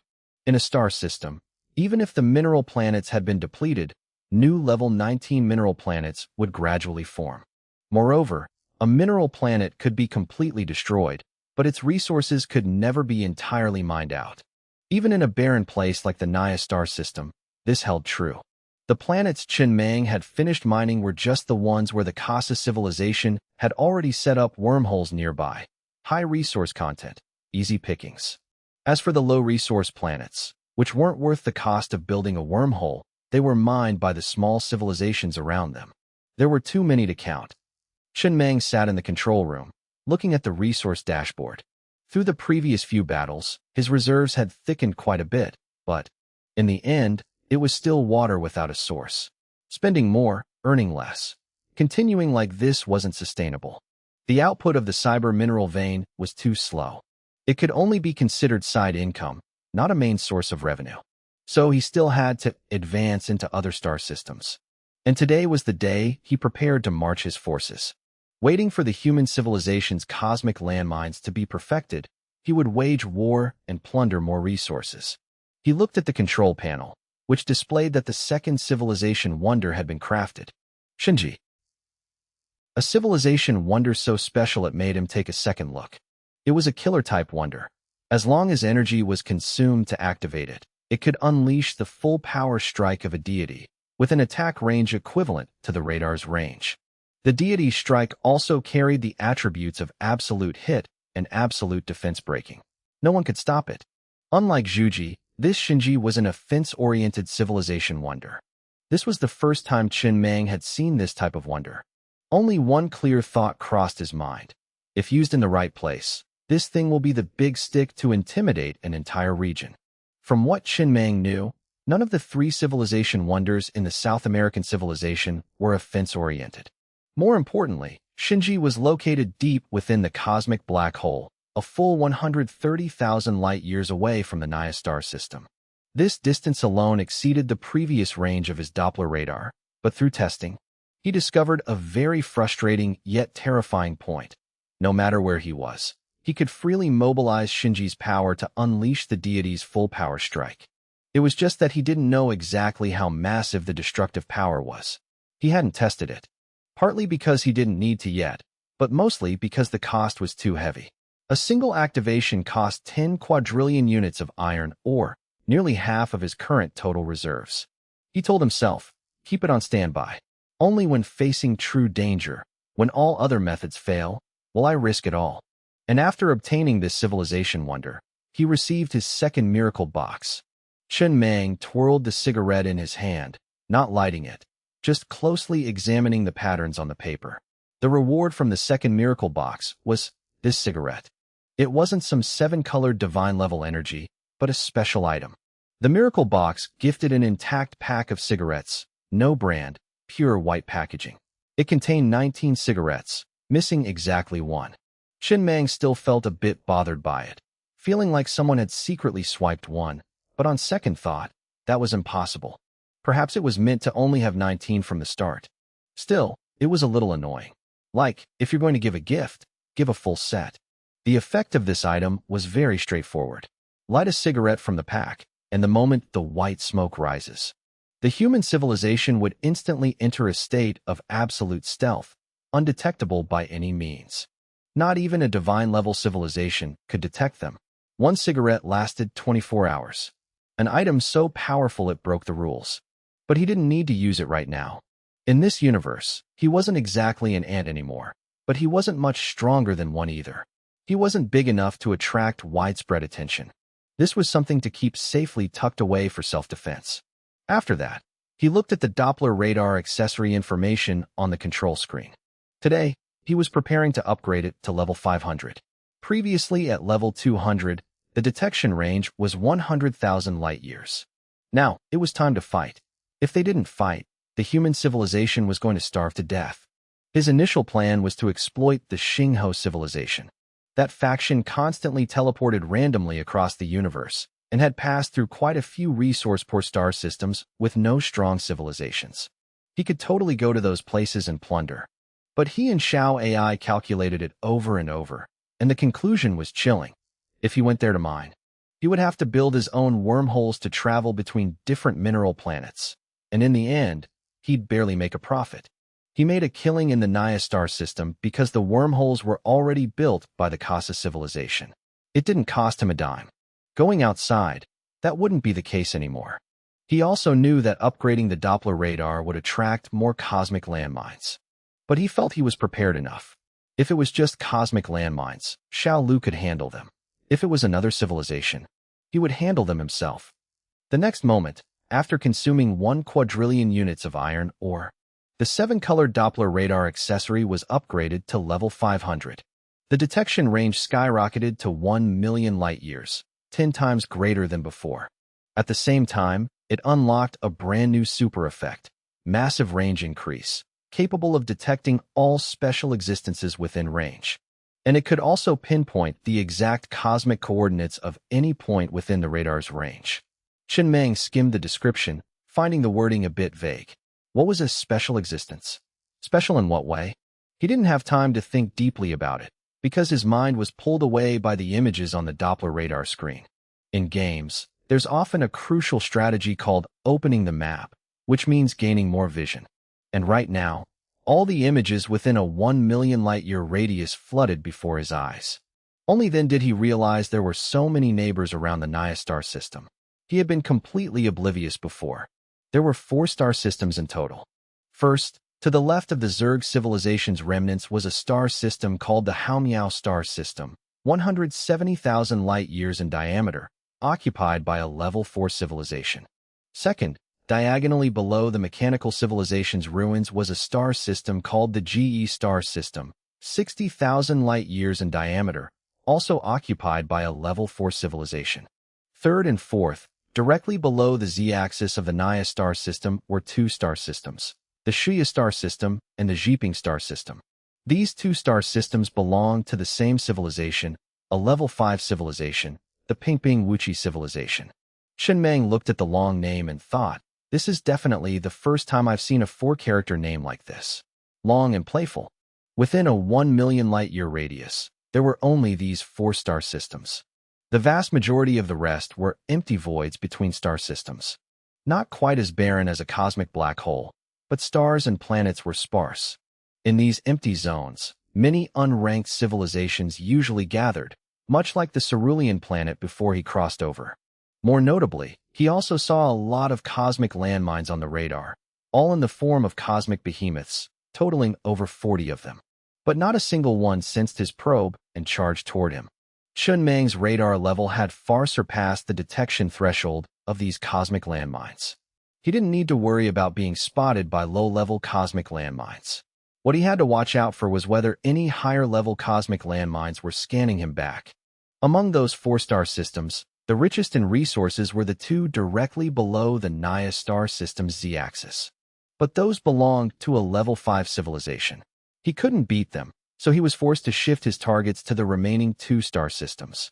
Between those 2, the most resource-rich wasn't the Haomiao star system with its 170,000 light-year diameter, but surprisingly, the GE star system with its 60,000 light-year diameter. Small but dense. The target was locked. The GE star system would be the first battle for the human civilization to open up the map. Next, he would probe this civilization's strength while keeping an eye on the level 5 civilization below.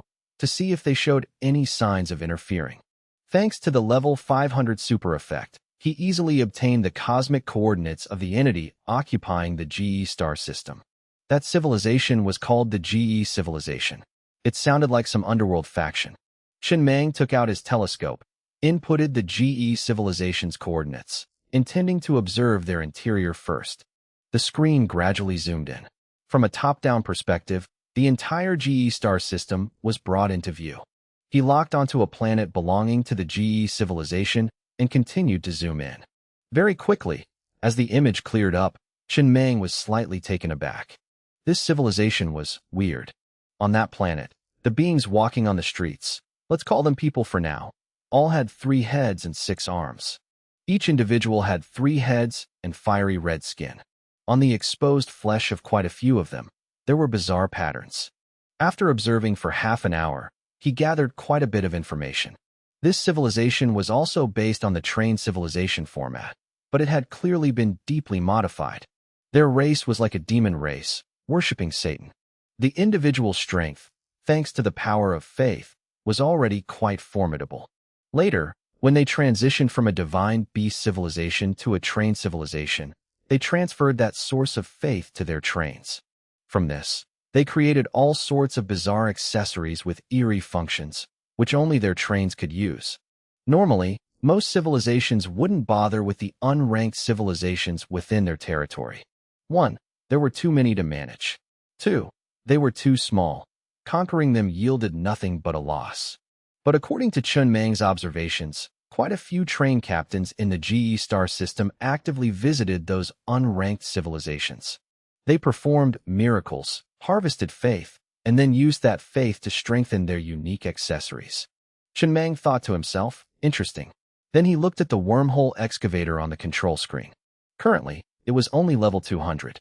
The furthest it could open a wormhole was 100,000 light-years. Not enough. He had to upgrade it and conveniently see if the super effect would help hide his tracks.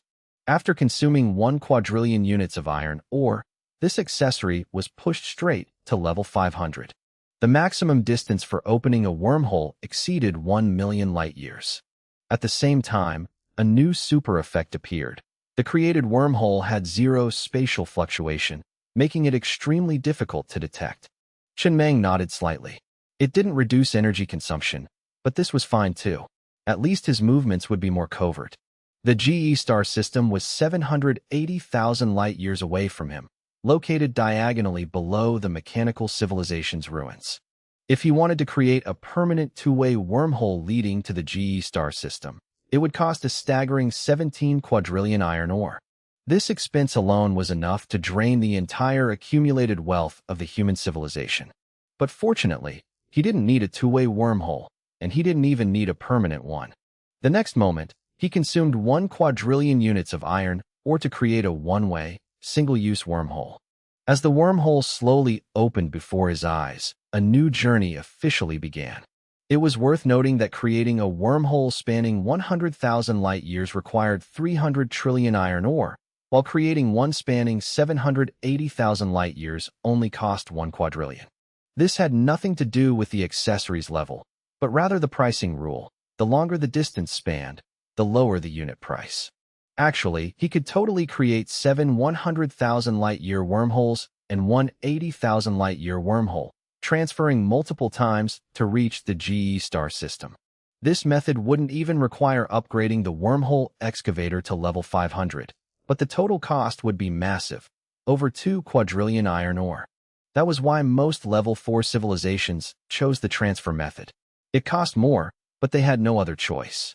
They didn't have enough phase stones, and even if they did, they'd prioritize upgrading combat accessories.